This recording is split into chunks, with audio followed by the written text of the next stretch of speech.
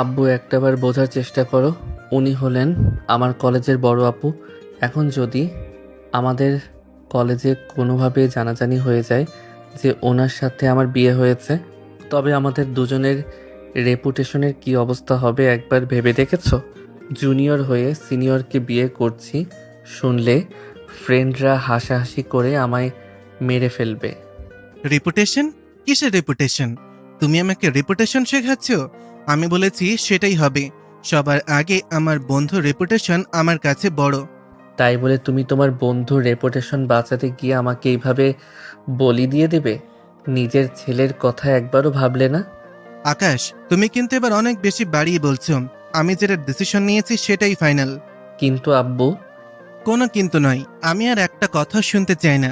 তাড়াতাড়ি রেডি হয়ে নাও। তোমার বিয়ে আজই হবে এবং এই মুহূর্তে। আকাশকে আর কোনো কথা বলার সুযোগ না দিয়ে তার বাবা ঘর থেকে গটগট করে বেরিয়ে গেলেন। তিনি সোজা নিচে চলে গেলেন যেখানে তিথির বিয়ের আয়োজন করা হয়েছিল। তিথি ইন্টার সেকেন্ড ইয়ার পড়ে আর আকাশ ফার্স্ট ইয়ারে। তিথি যেমন সুন্দরী তেমনি অসম্ভব ইন্টেলিজেন্ট। পুরো কলেজ তার ফ্যান, আর আকাশ হলো খেলাধুলায় ফেমাস। তার দুজনকে নামে চিনলেও কখনো আহামরি কোনো পরিচয় ছিল না। তবে আকাশ মনে মনে তিথিকে পছন্দ করত, কিন্তু কখনো প্রকাশ করেনি। তিথির বিয়ের খবর শুনে আকাশের মনটা আগে থেকেই খারাপ ছিল, কিন্তু এখন পরিস্থিতি যা দাঁড়িয়েছে তাতে সে চরম অবাক। বিয়ের আসরে হুট করে বরপক্ষ ফোন দিয়ে জানিয়ে যায় তারা আসবে না। কেন আসবে না তার কোনো সঠিক কারণও তারা জানায়নি। হুট করে বিয়ে ভেঙে যাওয়ায় তিথির বাবা কান্নায় ভেঙে পড়েন। আকাশের বাবা বন্ধুর এই দুর্দিন সহ্য করতে না পেরে ঘোষণা দেন বন্যা আসলে নেই, তার ছেলে আকাশই হবে তিথির বর।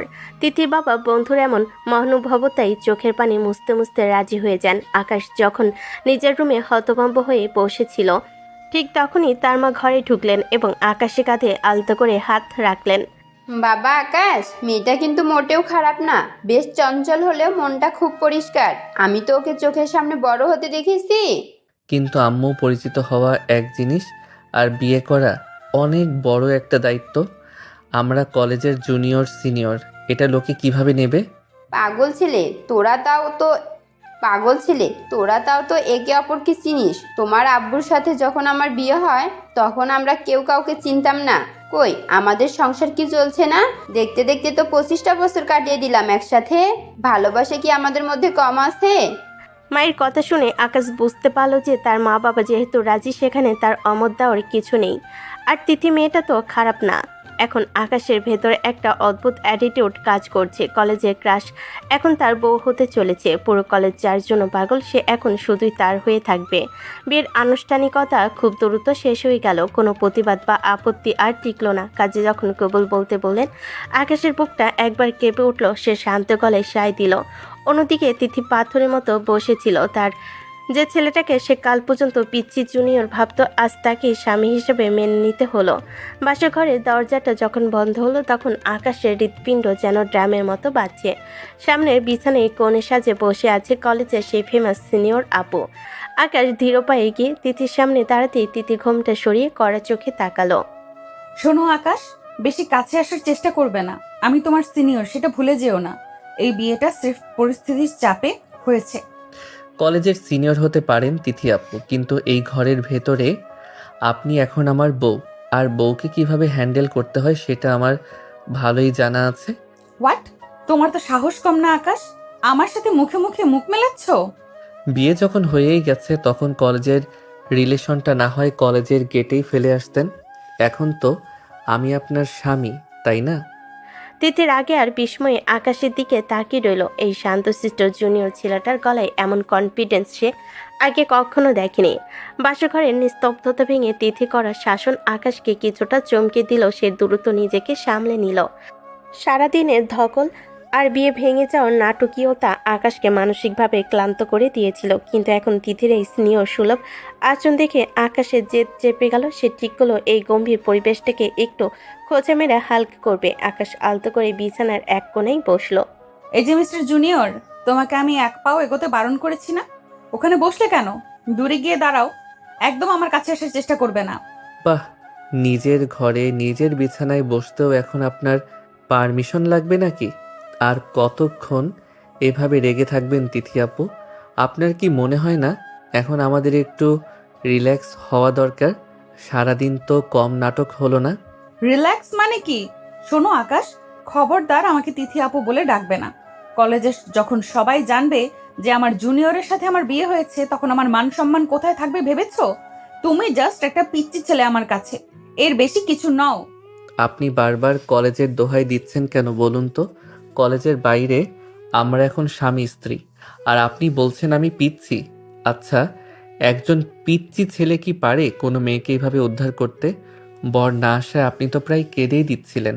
তখন এই পিচ্চি ছেলেই কিন্তু আপনার মান আর আপনার বাবার সম্মান বাঁচিয়েছে। সেটা ভুলে গেলে চলবে? একদম বেশি কথা বলবে না আকাশ।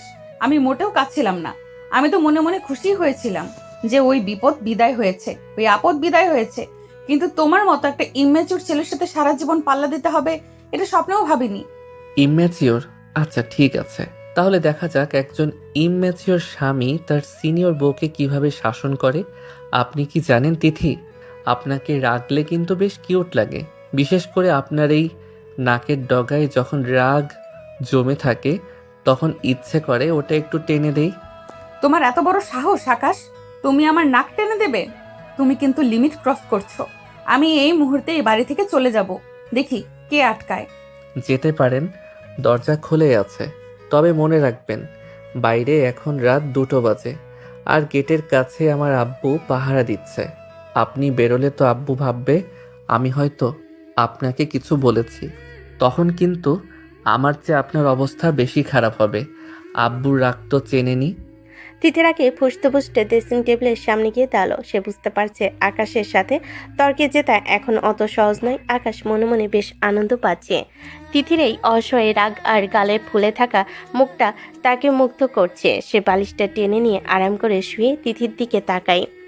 আচ্ছা তিথি, একটা কথা সত্যি করে বলুন তো, আপনার ওই হবু বর কেন পালালো? সে কি আগে থেকেই জানতো যে তার হবু বউ সারাক্ষণ বাঘিনীর মতো গর্জন করে? নাকি সে আপনার কলেজের ওই খতরনাক ইমেজের কথা শুনে ভয় পেয়ে গেছে? আকাশ, তুমি কি আজ আমার হাতে মার খাবে?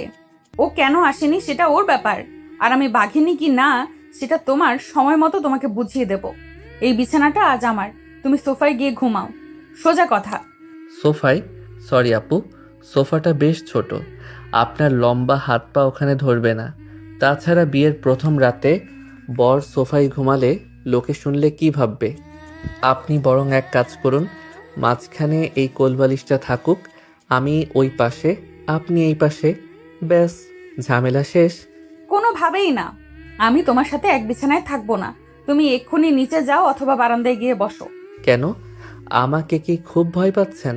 নাকি ভয় পাচ্ছেন যে এই পিচ্চি জুনিয়রটা আপনার মন কেড়ে নেবে? আপনার হার্টবিট তো আমি এখান থেকেই শুনতে পাচ্ছি তিথি। এতে ভয় পাওয়ার কিছু নেই, আমি বাঘ নই। ফালতু কথা বলবে না একদম। আমি কাউকে ভয় পাই না, তুমি জাস্ট আমাকে ডিস্টার্ব করছো। আমি ঘুমাতে চাই। আচ্ছা ঠিক আছে, ডিস্টার্ব করব না। তবে একটা শর্ত আছে, কাল সকালে কলেজে যাওয়ার সময় আপনি আমার সাথে আমার বাইকে যাবেন। রাজি তো? অসম্ভব, কলেজের সবাই আমাদের একসাথে দেখলে কি ভাববে? ছি, আমি রিকশায় যাব, তুমি তোমার মতো যাবে। ও আচ্ছা, তার মানে আপনি ভয় পাচ্ছেন। ঠিক আছে, তাহলে আমি না হয় কাল কলেজে গিয়ে সবাইকে ঘটা করে বলে দেই যে আমাদের বিয়ে হয়েছে। সবাইকে গ্র্যান্ড ট্রিটও দিয়ে দেব কাল লাঞ্চ ব্রেকে। কি বলেন? না না, খবরদার এই কাজ করবে না আকাশ। ঠিক আছে বাবা, আমি তোমার সাথেই যাব। এবার অন্তত চুপ করো আর আমাকে শান্তিতে থাকতে দাও। আকাশ মনে মনে এক বিশাল জয়ের হাসি হাসলো। সে তিথিকে কলেজের কথা বলে ভয় দেখালে সে লাইনে আসবে। আকাশ আবার আয়েশ করে শুয়ে পড়ল। তিথি গজগজ করতে করতে বিছানার অন্য প্রান্তে গিয়ে বসলো। আকাশ মুচকি হাসছে। সে জানে তার মিষ্টি স্নেহর বউটাকে রাগিয়ে দিতে কি দারুণ মজা। আজকে রাতটা হয়তো এভাবেই ঝগড়াতেই কাটবে। কিন্তু এই ঝগড়ার ভেতরে এক অজানা প্রেমের বীজ বুনতে শুরু করেছে আকাশ। ভোরের আলো জানালার ফাঁক দিয়ে আসতে তিথির ঘুমটা ভেঙে গেল। কিছুক্ষণ সময় লাগলো তার বুঝতে যে সে নিজের বাড়িতে নেই, বরং তার কলেজের 1 বছরের জুনিয়র আকাশের ঘরে তার বউ হয়ে আছে। তিথি আড়মোড়া ভেঙে উঠে দেখলো আকাশ পাশে নেই। সে দ্রুত ফ্রেশ হয়ে নিচে নেমে এলো। তিথির মনে একটা অজানা ভয় ছিল যে শাশুড়ি হয়তো তাকে কাজ নিয়ে কথা শোনাবে, কিন্তু ড্রয়িং রুমে পা রাখতেই তার সেই ভয়টা শান্তিতে বদলে গেল। আরে তিথিমা, তুমি উঠে গেছো? এত সকালে ওঠার কি দরকার ছিল বলো তো? তুমি যাও, আরো কিছুক্ষণ আরাম করো, আমি তোমার জন্য নাস্তা রেডি করছি। না না আম্মু, আপনি একাই কাজ করছেন আর আমি শুয়ে থাকবো? আমাকে বলুন কি করতে হবে, আমি আপনাকে সাহায্য করছি। তিথিমা, এই বাড়িতে কোনো কাজের চাপ নেই। তুমি এখন আমাদের মেয়ে। যাও, ড্রয়িং রুমে গিয়ে বসো।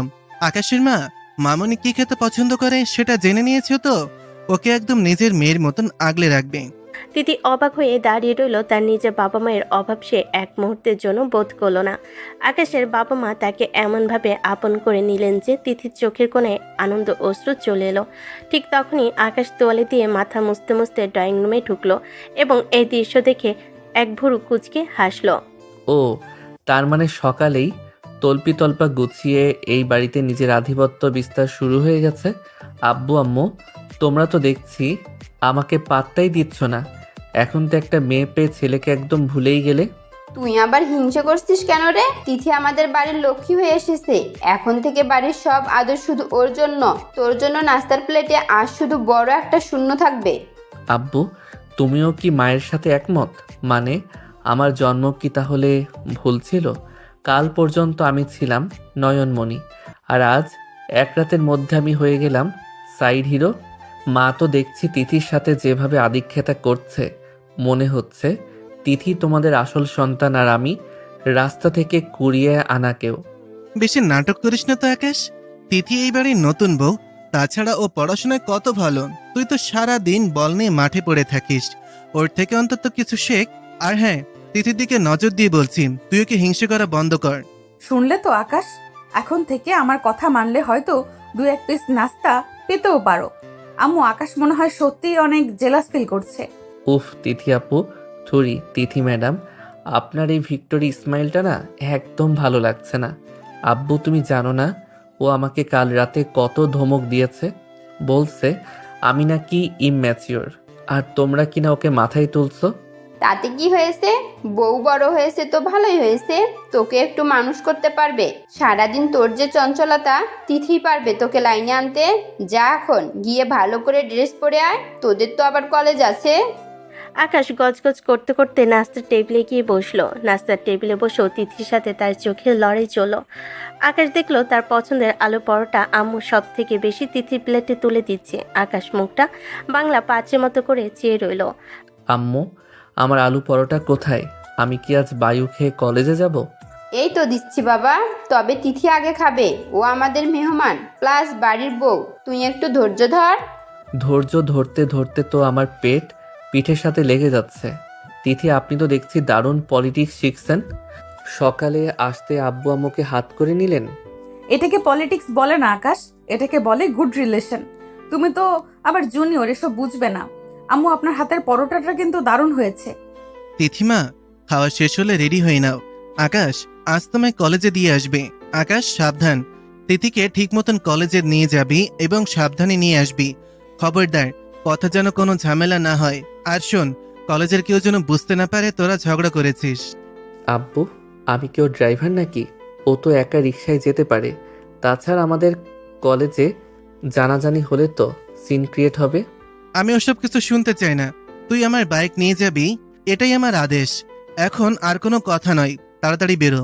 আকাশ বুঝতে পারলো আজ তার আর নিস্তানি।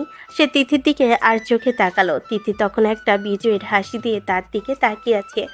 আকাশ মনে মনে ভাবলো, দাঁড়াও ম্যাডাম, বাইকে তো উঠবেন, তখন এমনভাবে চালাবো যে আপনি আমাকে জড়িয়ে ধরতে বাধ্য হবেন।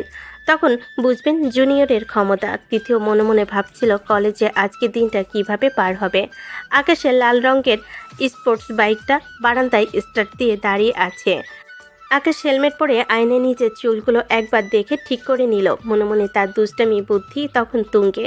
তিথি খুব সাবধানে পা ফেলে নিচে নেমে এলো। হালকা নীল রঙের সালোয়ার কামিজে তাকে আজ অসম্ভব সুন্দর লাগছে। সে একবার আকাশের দিকে তাকিয়ে আবার দ্রুত চোখ সরিয়ে নিল। তার মনে একটা অজানা ভয় কাজ করছে, কারণ আকাশকে সে যতটুকু চেনে তাতে ছেলেটা যে শান্ত হয়ে বাইক চালাবে না সেটা তার ভালো করেই জানা।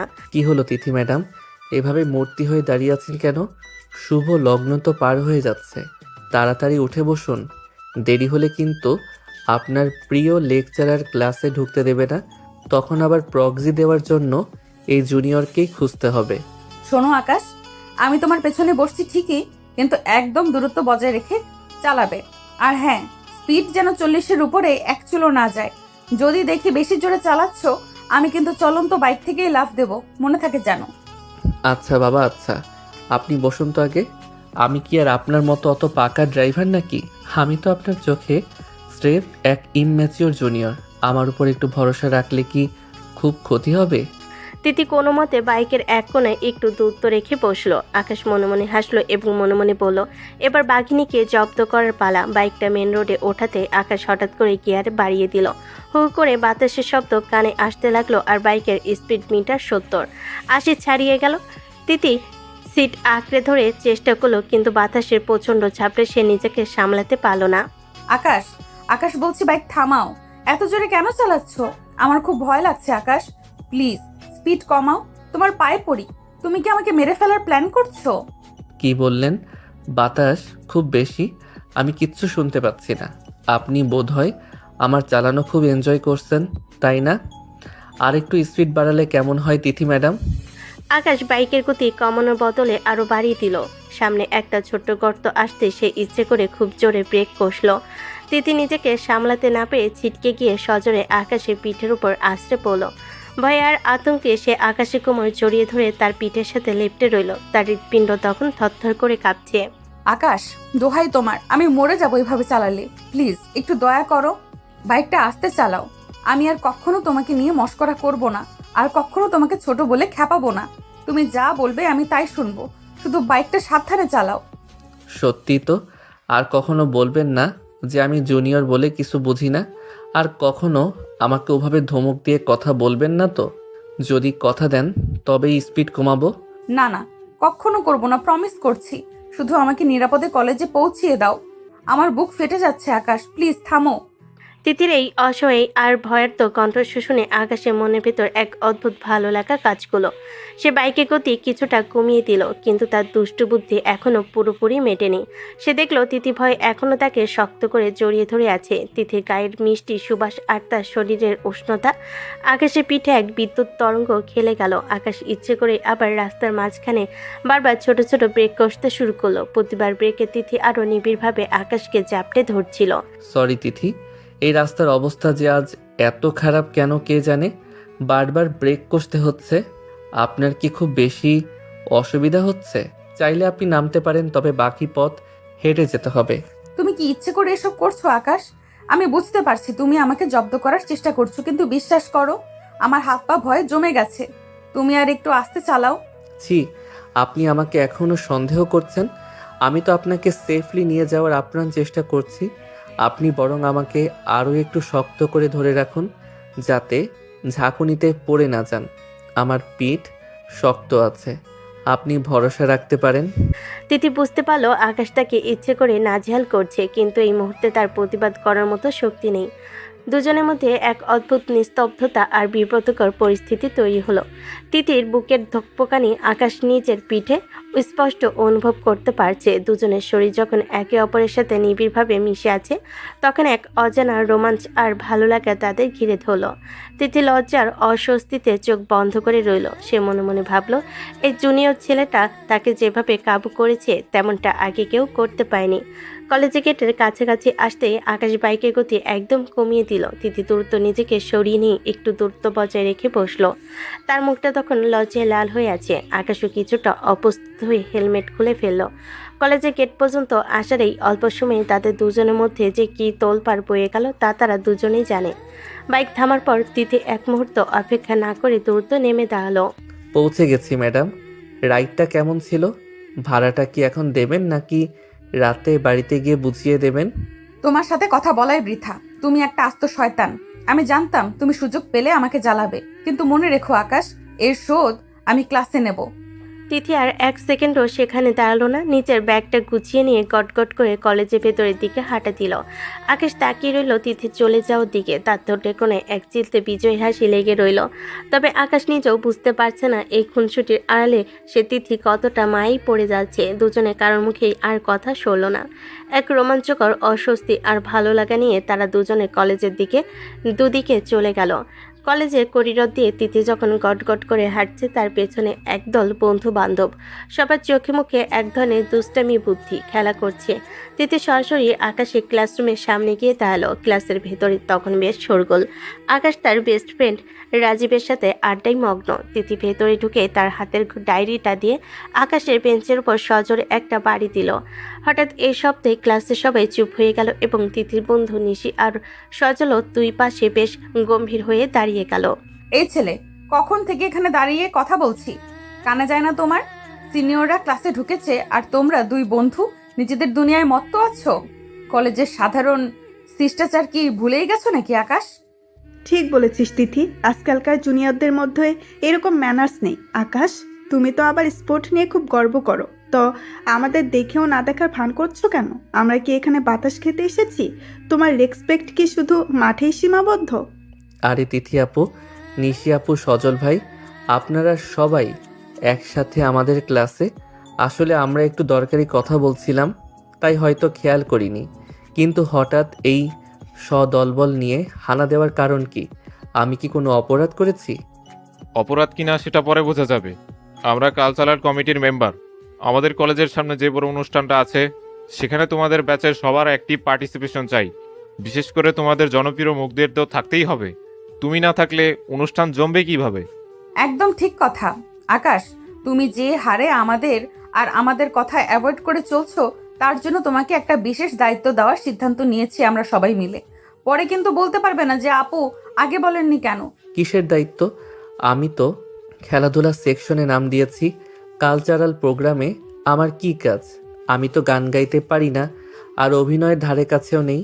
আমাকে অন্য কোনো ডিউটি দেন, যেটা আমি পারবো। গান বা অভিনয় তোমাকে দিয়ে হবেও না, সেটা আমরাও জানি। আমরা ঠিক করেছি তুমি এই অনুষ্ঠানে সোলো ডান্স পারফর্ম করবে।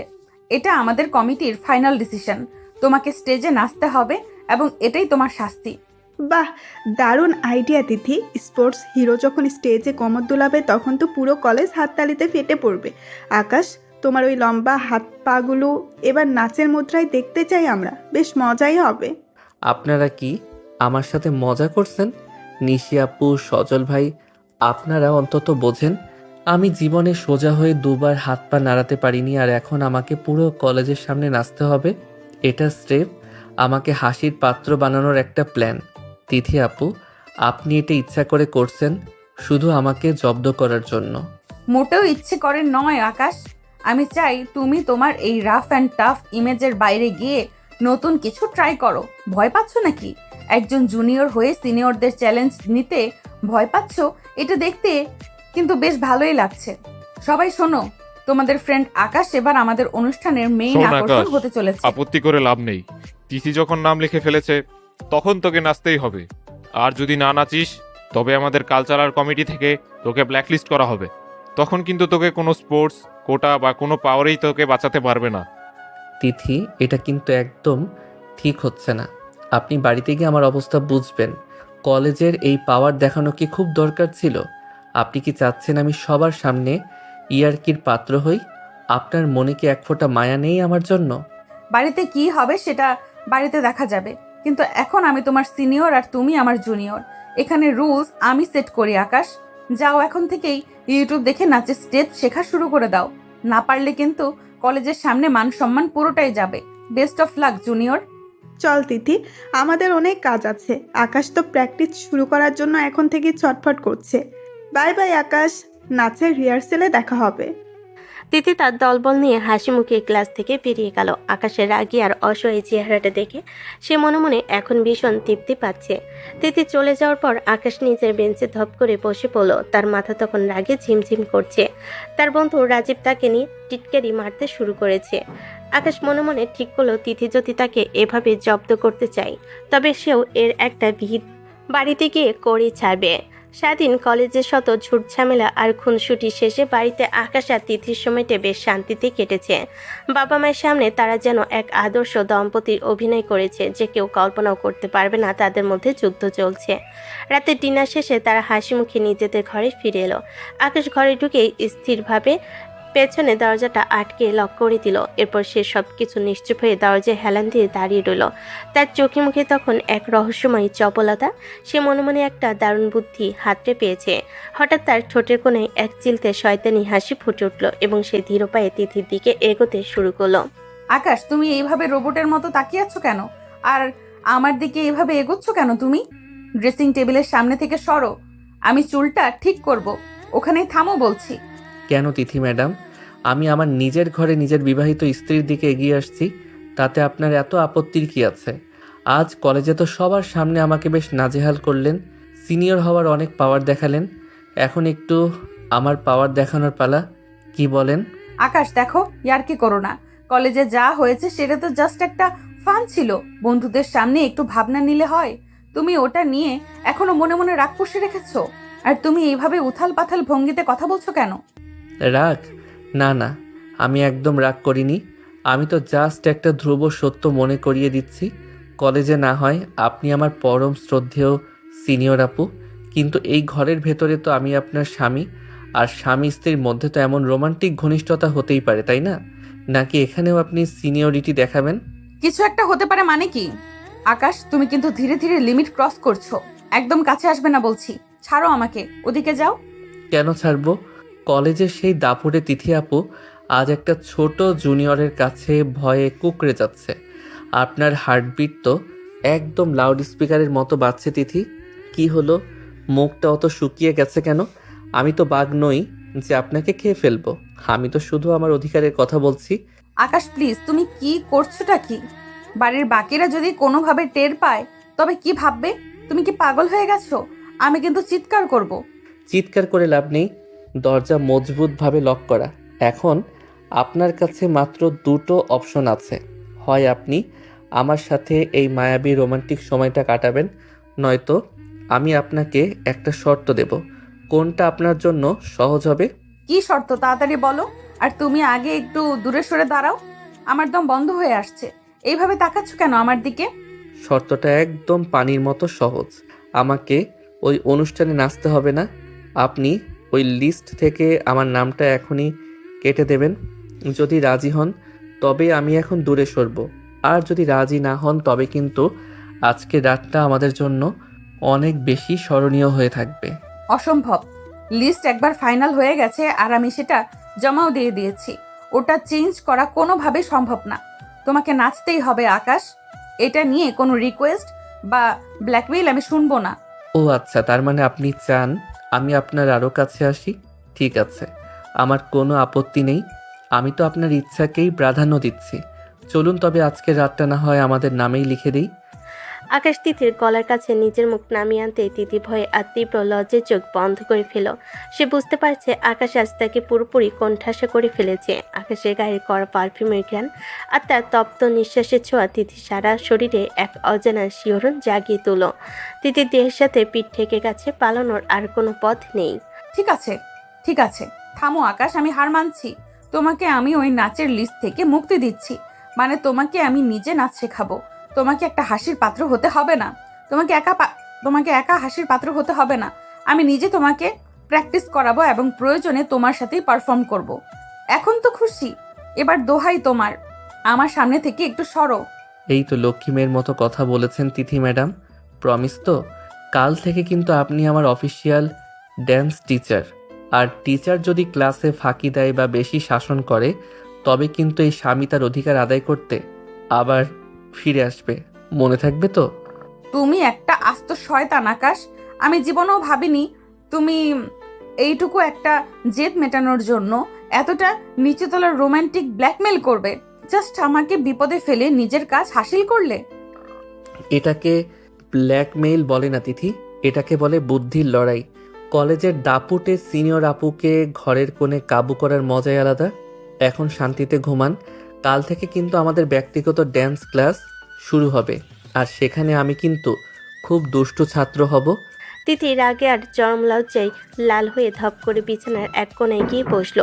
সে অবাক হয়ে ভাবছে এই জুনিয়র আকাশ তাকে নাজেহাল করার এমন সব নতুন উপায় কোত্থেকে খুঁজে বের করে। আকাশ মনে মনে বিজয়ের হাসি হাসছে।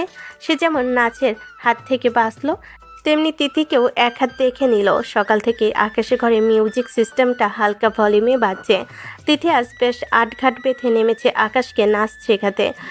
পরনে তার সাধারণ একটি সালোয়ার কামিজ হলেও চুলে হাত খোপা আর কপালে ছোট টিপটা তাকে এক অন্যরকম গাম্ভীর্য দিয়েছে। অন্যদিকে আকাশ ট্র্যাক প্যান্ট আর টি শার্ট পরে বিরস মুখে দাঁড়িয়ে আছে। তার কাছে মনে হচ্ছে এর চেয়ে রোদে পুড়ে মাঠে ক্রিকেট খেলাটাও অনেক সহজ ছিল। তিথি কোমরে হাত দিয়ে আকাশের সামনে এসে দাঁড়ালো। শোনো আকাশ, একদম মন দিয়ে শোনো। আমি তোমাকে কাল রাতে কথা দিয়েছি ঠিকই, কিন্তু তোমাকে তো অন্তত কোমরটা একটু নাড়াতে হবে। তুমি তো একদম রোবটের মতো, কাঠের পুতুলের মতো দাঁড়িয়ে আছো।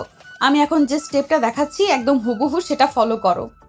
1-2 দিন এবার ডান পা সামনে দিয়ে চট করে ঘোরো। তিথি খুব সুন্দর করে হাতের মুদ্রায় একটি চমৎকার স্টেপ দেখিয়ে চট করে ঘুরে দাঁড়ালো। আকাশ হাঁ করে কিছুক্ষণ তিথি সেই ছন্দময় গতির দিকে তাকিয়ে রইল। তারপর নিজের লম্বা পা দুটো আড়াআড়ি করে ঘুরতে গিয়ে নিজের পায়ের সাথে নিজেই প্যাচ লাগিয়ে দিল। সে টাল সামলাতে না পেরে একদম ধপ করে বিছানার উপর গিয়ে পড়ল। ধুর, এসব কি ছাইপাস নাচ শিখাচ্ছ তুমি? ধুর ছাই, এসব আমার দ্বারা জীবনেও হবে না তিথি। এর চেয়ে তো ক্রিকেট খেলা 1000 গুণ ভালো। অন্তত মাঠে নেমে বল দেখে সজোরে একটা ছক্কা মারা যায়। এই যে ডানে মোড়ো বায়ে যেও, এই যে ডানে মোড়ো বায়ে ঘোরো, এসব তো মেয়েলি কাজ। আমার কোমরের হাড় তো লোহার মতো শক্ত, ওটাকে আর আপনার মতো রবারের মতো ইচ্ছে মতো ঘুরবে নাকি? বড় বড় ছক্কা মারা তোমার জানা আছে। আকাশ, বাজে কথা একদম বন্ধ করার, জলদি উঠে দাঁড়াও। আমি তোমাকে একদম সিম্পল একটা স্টেপ দিচ্ছি, তুমি শুধু সেটা করো। নিজেকে খুব বড় স্পোর্টসম্যান ভাবো না? তাহলে শরীরের ব্যালেন্স ঠিক করতে পারছো না কেন? আবার করো, আমি আবারও দেখাচ্ছি। এবার যদি ভুল হয় তবে কিন্তু খবর আছে। তিথি আবার আকাশের হাত ধরে তাকে এক ঝটকে টেনে তুলো। তিথি আকাশের খুব কাছাকাছি গিয়ে তার ডান হাতটা নিজের কাঁধের উপর রাখলো এবং আকাশের অন্য হাতটা নিজের শক্ত হাতের মুঠোয় নিল। আকাশ হঠাৎ তিথির এত কাছে চলে আসে বেশ অপ্রস্তুত হয়ে গেল। তিথির গায়ের মিষ্টি পারফিউমের সুবাস তার নাকে এসে বারবার ধাক্কা দিচ্ছে। আকাশের বুকের ভেতরটা তখন কেমন যেন ধকধক করে উঠছে। আপনি কি চাচ্ছেন আমি সত্যি সত্যি স্টেজে গিয়ে পুরো কলেজের সামনে নিজেকে হাসির পাত্র বানাই? দেখুন তিথি, আমি আপনার চোখের দিকে তাকিয়ে এইভাবে হাত পা নাড়াতে পারছি না। আমার নাচের দন্ত নো জানা নেই। তার উপর আপনি যখন এইভাবে আমার দিকে তাকিয়ে কমান্ড দেন, তখন আমি পা ফেলার কথা ভুলে আপনার চোখের দিকে তাকিয়ে থাকি। কেন, আমি কি বাঘ নাকি যে আমাকে দেখে তোমার ভয় পাওয়ার কি আছে? আমার চোখের দিকে তাকাতে সমস্যা কোথায়? আমি তো তোমার পার্টনার হিসেবে তোমাকে রিহার্সাল করাচ্ছি। মন দাও আকাশ, নয়তো কিন্তু কলেজের ওই বন্ধুরা তোমাকে নিয়ে সারা জীবন হাসাহাসি করবে। চলো, এই মিউজিকের তালে পা মেলাও। তিথি আবার আকাশকে নিয়ে ছন্দের তালে মুভ করা শুরু করলো। এবার আকাশ কিছুটা মনোযোগ দেওয়ার চেষ্টা করলো ঠিকই, কিন্তু যেই না তিথি তাকে একটু নিচু হয়ে ঘোরার স্টেপটা দেখালো, আকাশ নিজে ভারসাম্য হারিয়ে ফেলল। সে সোজা তিথির ওপর আশ্রে পড়ার উপক্রম হলো।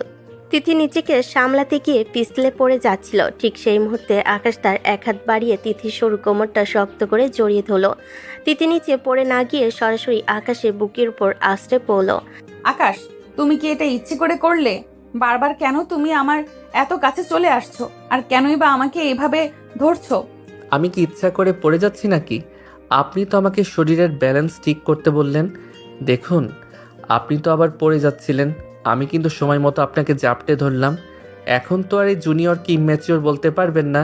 ছাড়ো আমাকে, এখন প্র্যাকটিস করো ঠিক মতো। এসব শয়তানি বুদ্ধি পরে দেখাবে। তোমার হাত তো কোমর ছাড়ার নামই নিচ্ছে না। আকাশ তিথিকে ছাড়ল না, বরং আরও একটু নিবিড় করে নিজের কাছে টেনে ধরল। ঘরের জানালার পর্দাগুলো বাতাসের তালে কাঁপছে, আর তার মাঝে এই দুই জুনিয়র সিনিয়র দম্পতির মধ্যে একটু মায়া কাজ করছে। আকাশ তিথির কপালে এসে পড়া অবদ্ধ চুলগুলো আলতো করে সরিয়ে দিল। তিথি মুহূর্তের জন্য সব শাসন ভুলে আকাশের গভীর মায়াবী চোখের দিকে তাকিয়ে রইল। মনে হলো তারা যেন নাচের প্র্যাকটিস নয়, বরং জীবনের এক নতুন রোমান্টিক পাঠ শিখেছে। তিথি, আপনি যখন এইভাবে চুপ করে আমার চোখের দিকে তাকিয়ে থাকেন, তখন মনে হয় আপনাকে সারা জীবন এইভাবে জড়িয়ে ধরে রাখি। কেন জানি না, কলেজের ওই রাগী তিথি আপুর চেয়ে আমার ঘরের এই ছোট্ট অভিমানী তিথিটাকে অনেক বেশি সুন্দর লাগে। আকাশ, তুমি ইদানিং খুব বেশি ফ্লার্ট করতে শিখে গেছো। ভুলে যেও না আমি তোমার কলেজের সিনিয়রদের সাথে এইসব কথা বলতে তোমার লজ্জা করে না? আরে ভাই, সিনিয়র তো কলেজের গেট পর্যন্ত, এখানে তো আমি আপনার সব। আচ্ছা, আমাদের নাচের মিউজিকটা কি একটু বেশি রোমান্টিক হয়ে গেল না? দেখুন, আপনি আবারও তাল হারিয়ে ফেলছেন আর আমার দিকে তাকিয়ে থাকছেন। তারা আবার নাচের চেষ্টা শুরু করলো, কিন্তু কয়েক মিনিট যেতে না যেতে তিথি আকাশে পায়ের ওপর ভুল করে পা দিয়ে দিল। তিথি নিজেকে সামলাতে না পেরে পেছনের দিকে উল্টে যাচ্ছিল। আকাশ এবার বিদ্যুৎ গতিতে তিথিকে টেনে ধরল। তিথি এবার আকাশের পাজগলায় উঠে গেল। আকাশ তাকে কোলে তুলে নিয়ে এক চক্কর ঘুরে দাঁড়ালো। তিথি দুহাত আকাশের ঘাড় শক্ত করে জাপটে ধরে আছে। আকাশ নামাও আমাকে বলছি। মা বা আব্বু দেখে ফেললে কি ভাববে বলো তো? তুমি তো দেখি নাচের বাহানায় আমাকে কোল থেকেই নামাচ্ছ না। নামাবো তো অবশ্যই ম্যাডাম, তবে তার আগে বলুন, এই জুনিয়রের সাথে ড্যান্স পারফরমেন্স করতে আপনার ভয় লাগবে না তো? নাকি কলেজের সবাই দেখলে আপনার রেপুটেশন ধুলোয় মিশে যাবে বলে আপনি চিন্তিত? ধুলোয় মিশলে মিশুক, আমার জুনিয়র যখন আমাকে এত আগলে রাখতে পারে তখন আর আমার ভয় কিসের? আকাশ, তুমি সত্যি খুব অদ্ভুত একটা ছেলে। আমি তোমাকে যত দেখি ততই অবাক হই। আকাশ তিথিকে সাবধানে নিচে নামিয়ে দিল। দুজনের মুখে তখন জয়ের এক চিলতে হাসি। তারা বুঝতে পারছে এই নাচের প্র্যাকটিস শুধু একটি অনুষ্ঠানের জন্য নয়, বরং তাদের নিজেদের মধ্যকার দূরত্ব কমিয়ে আনার এক মস্ত বড় সুযোগ। আকাশ মুচকে হাসলো আর তিথি লাজুক মুখে আবার মিউজিকটা অন করলো। আজকে দিনটা ছুটির দিন হওয়ায় আকাশ আর তিথির জন্য যেন এক আশীর্বাদ হয়ে এলো। কলেজে তাড়া নেই, ক্লাসে কোনো চাপ নেই, শুধু আছে নিজেদের মতো করে কাটানো কিছু ঘরোয়া মুহূর্ত। সকাল থেকে বাড়ির পরিবেশটা খুব উৎসব মুখর। আকাশের মা রান্নাঘরে ব্যস্ত সবার পছন্দের সব খাবার তৈরিতে, আর ড্রয়িং রুমে আকাশের বাবা খবরের কাগজ নিয়ে বসেছেন। আকাশ আর তিথি তখন দোতলায় ঘরে নাচের প্র্যাকটিসে মগ্ন। তবে আজ আর ঝগড়া নয়, বরং নাচের প্রতিটা স্টেপে তারা একটা অদ্ভুত তাল খুঁজে পেয়েছে। বা আকাশ, আজ তো তোমার পায়ের মুভমেন্ট বেশ ভালোই হচ্ছে। গতকাল যে স্টেপটা বারবার হোঁচট খাচ্ছিলে, আজ সেটা কত স্মুথলি করলে। মনে হচ্ছে আমার ট্রেনিং সত্যিই কাজে দিচ্ছে। ট্রেনার যদি সারাক্ষণ বাঘিনীর মতো হুঙ্কার দেয় তবে যে কোনো গাধাও ঘোড়া হয়ে যাবে। তবে সত্যি বলতে কি তিথি, প্র্যাকটিস করতে করতে আজ কেন জানি আমারও খুব ভালো লাগছে। হয়তো পার্টনারটা আমার চেনা বলে নাচের ছন্দটা দ্রুত ধরতে পারছি। তাই নাকি? এত প্রশংসা কি আমাকে ভোলাবার জন্য, নাকি সত্যি সত্যি মন থেকে বলছো? তোমার তো আবার মুখে এক আর মনে অন্য কিছু থাকে। সারাদিন তো আমাকে জ্বালিয়ে মারো। আরে না, আজ তো ছুটির দিন, আজ ঝগড়ার মুডে নেই। বরং চলো আজ সারাদিন আমরা এই সুন্দর সময়টা এনজয় করি। এই যে তুমি আমাকে নাচ শেখাচ্ছ, এটা তো আমাদের নিজেদের মধ্যকার বোঝাপড়াটাকেও দারুণ করছে, কি বলো? তিথি আর কোনো কথা না বলে লাজুক হাসলো। নাচের বিরতিতে তারা দুজন মিলে নিচে নেমে এলো। ড্রয়িং রুমে যেতে আকাশের বাবা চশমাটা নাকের ডগায় নামিয়ে তাদের দিকে তাকালেন এবং হাসি মুখে তাদের দুজনকে কাছে ডাকলেন। কিরে আকাশ, তোর নাচের প্র্যাকটিস কত দূর? মামনি তোকে ঠিক মতন শেখাচ্ছে তো, নাকি তুই আজও ওর উপর জবরদস্তি করছিস? সাবধান কিন্তু, তিথির কোনো নালিশ পেলে কিন্তু তোর খবর আছে। আব্বু, তুমি সবসময় আমাকেই কেন দোষী বানাও বলো তো? তিথি তো এখানে একদম কমান্ডিং অফিসারের মতো শাসন করছে। বরং আমারই উচিত তোমার কাছে বিচার দেওয়া। তোমার এই আদরের মেয়ে তো আমাকে এক মুহূর্ত জিরোতে দিচ্ছে না। একদম মিথ্যা কথা আব্বু। আকাশকে নাচের স্টেপ দেখাতেই আমার ঘাম ছুটে যাচ্ছে। ও শরীর তো একদম কাঠের মতো শক্ত, তবু আমি চেষ্টা করছি ওকে স্টেজে দাঁড় করানোর মতো তৈরি করতে। আপনি বলুন, ও কি ঠিক বলছে? থাক বাবা, অনেক হয়েছে। তোরা এখন একটু খেয়ে নে। তিথিমা, এই পায়েসটা আমি স্পেশালি তোর জন্য করেছি। আকাশকে বেশি দিবি না, ও তো সারাক্ষণ তোকে খেপায়। আম্মু, এটা অন্যায়। আমি এই বাড়ির ছেলে হয়ে পায়েস পাবো না? তিথি তো এসে আমার সব আদর কেড়ে নিল। এখন দেখি খাবারের ভাগটাও ও একাই খাবে। আকাশের মায়ের হাতের পায়েস খেয়ে তিথির মনটা ভরে গেল। সে নিজের বাবার বাড়ির কথা একবারও বাবার সময় পাচ্ছে না। আকাশের পরিবারের সবাই তাকে এতটাই আপন করে নিয়েছে যে তার মনে হচ্ছে সে সারা জীবন এই বাড়িতেই ছিল। দুপুরে খাবারের পর তারা সবাই মিলে ক্যারাম খেলায় মেতে উঠল। আকাশ আর তার বাবা এক দলে, আর তিথি ও আকাশের মা অন্য দলে। আকাশ, তুমি কিন্তু গুটি উল্টো দিকে মারাচ্ছ। আব্বু দেখুন, ও কিন্তু চিটিং করছে। ওর মনোযোগ একদমই খেলায় নয়, শুধু ফোন দিয়ে আসছে। আমার মনোযোগ ঠিকই আছে, তুমি বরং নিজের স্ট্রাইকার ঠিক করো। দেখছো না আম্মু আর তুমি মিলে কিভাবে আমাদের কোণঠাসা করছো? তোমাদের এই লেডিস গ্যাংয়ের সাথে পারা বড় কঠিন। হাসাহাসি আর আড্ডায় বিকেলটা পার হয়ে সন্ধ্যা নামলো। আকাশের তিথি আবার তাদের ঘরে ফিরে এলো। বিকেলের রোদেলা আকাশের রং তখন মিলিয়ে যাচ্ছে। আকাশ জানালার পাশে দাঁড়িয়ে বাইরের দিকে তাকিয়েছিল। তিথি তার পাশে গিয়ে দাঁড়ালো। আজকের দিনটা খুব সুন্দর কাটলো না আকাশ? তোমাদের বাড়িতে এসে আমি কোনোদিন ভাবিনি যে আমি এত তাড়াতাড়ি সবার মন জয় করতে পারবো। আব্বু আম্মু আমাকে অনেক ভালোবাসেন, আমি সত্যিই খুব লাকি। বাসবেন না কেন? তুমি মানুষটা যে খুব ভালো সেটা তো ওনারা বুঝে গেছেন। আর তোমার এই সহজ সরল ব্যবহারটাই সবাইকে মুগ্ধ করে। শুধু আমার কাছেই তুমি কলেজের সেই খতরনাক সিনিয়র আপু হয়ে থাকো। এখনো আপু বলছো কেন? কাল রাতে সেই শর্তের কথা কি ভুলে গেছো? ঘরে তো আমি তোমার বউ, তাই না? তাহলে ওই সিনিয়রিটি টেনে আনার কি দরকার? ভুলিনি তো। আমি তো শুধু তোমাকে একটু রাগাতে চেয়েছিলাম। সত্যি বলতে, তোমাকে যখন হাসি খুশি দেখি তখন আমার নিজেরও খুব ভালো লাগে। চলো, রাত বাড়ার আগে আরেকবার আমাদের নাচের শেষ স্টেপটা রিহার্সাল করে নেই। আকাশ আবার মিউজিক প্লে করলো, তবে এবার মিউজিকটা ছিল খুবই ধীর গতির আর রোমান্টিক। তারা একে অপরের দিকে হাত ধরে নাচের ছন্দে দুলতে শুরু করলো। ছুটির দিনের এই সারা দিনের আনন্দ আর পরিবারের ভালোবাসা তাদের দুজনকে মানসিকভাবে আরও কাছে নিয়ে এসেছে। আকাশ তিথিকে আলতো করে নিজের দিকে টেনে নিল। তিথিও আজ আর কোনো বাধা দিল না। সকালে মিষ্টি রোদে ডাইনিং টেবিলটা আজ হাসাহাসিতে মুখর। আকাশে মা গরম গরম লুচি আর আলুর দম টেবিলে পরিবেশন করছেন, আর আকাশ সুযোগ পেলে তিথিকে নিয়ে বারবার বাবার কাছে রসিকতা করছে। ব্রেকফাস্ট শেষ করে আকাশের তিথি কলেজের উদ্দেশ্যে বেরিয়ে পড়লো। সারাদিন ক্লাস আর নাচের রিহার্সালে ধকল শেষে বিকেলে তার যখন বাড়ির পথ রওনা দিল তখন আকাশ বেশ ফুরফুরে মেজাজে বাইক চালাচ্ছিল। কিন্তু হঠাৎ করে নির্জন রাস্তার মাঝে বাইকটা অদ্ভুত শব্দ করে বন্ধ হয়ে গেল। আরে এটা আবার কি হলো? এই অসময়ে আমার রাজকীয় ঘোড়া কেন বিগড়ে গেল বুঝতে পারছি না তো। তিথি, আপনি একটু কষ্ট করে নামুন তো, দেখি একবার ট্রাই করে স্টার্ট হয় কিনা। আমি জানতাম তোমার মতো ইমিচুর ড্রাইভারের বাইক মাঝ রাস্তায় নষ্ট হওয়াটাই স্বাভাবিক। এখন কি হবে শুনি? আমি কি এই ভর দুপুরে রাস্তার মাঝখানে দাঁড়িয়ে রোদে পুড়বো? আহা তিথি, এভাবে গরম হচ্ছেন কেন? রোদে পুড়লে তো আপনার ওই ফর্সা গাল দুটো লাল হয়ে যাবে। সামনে একটা মেকারের দোকান আছে, ওখানে দিয়ে আসি।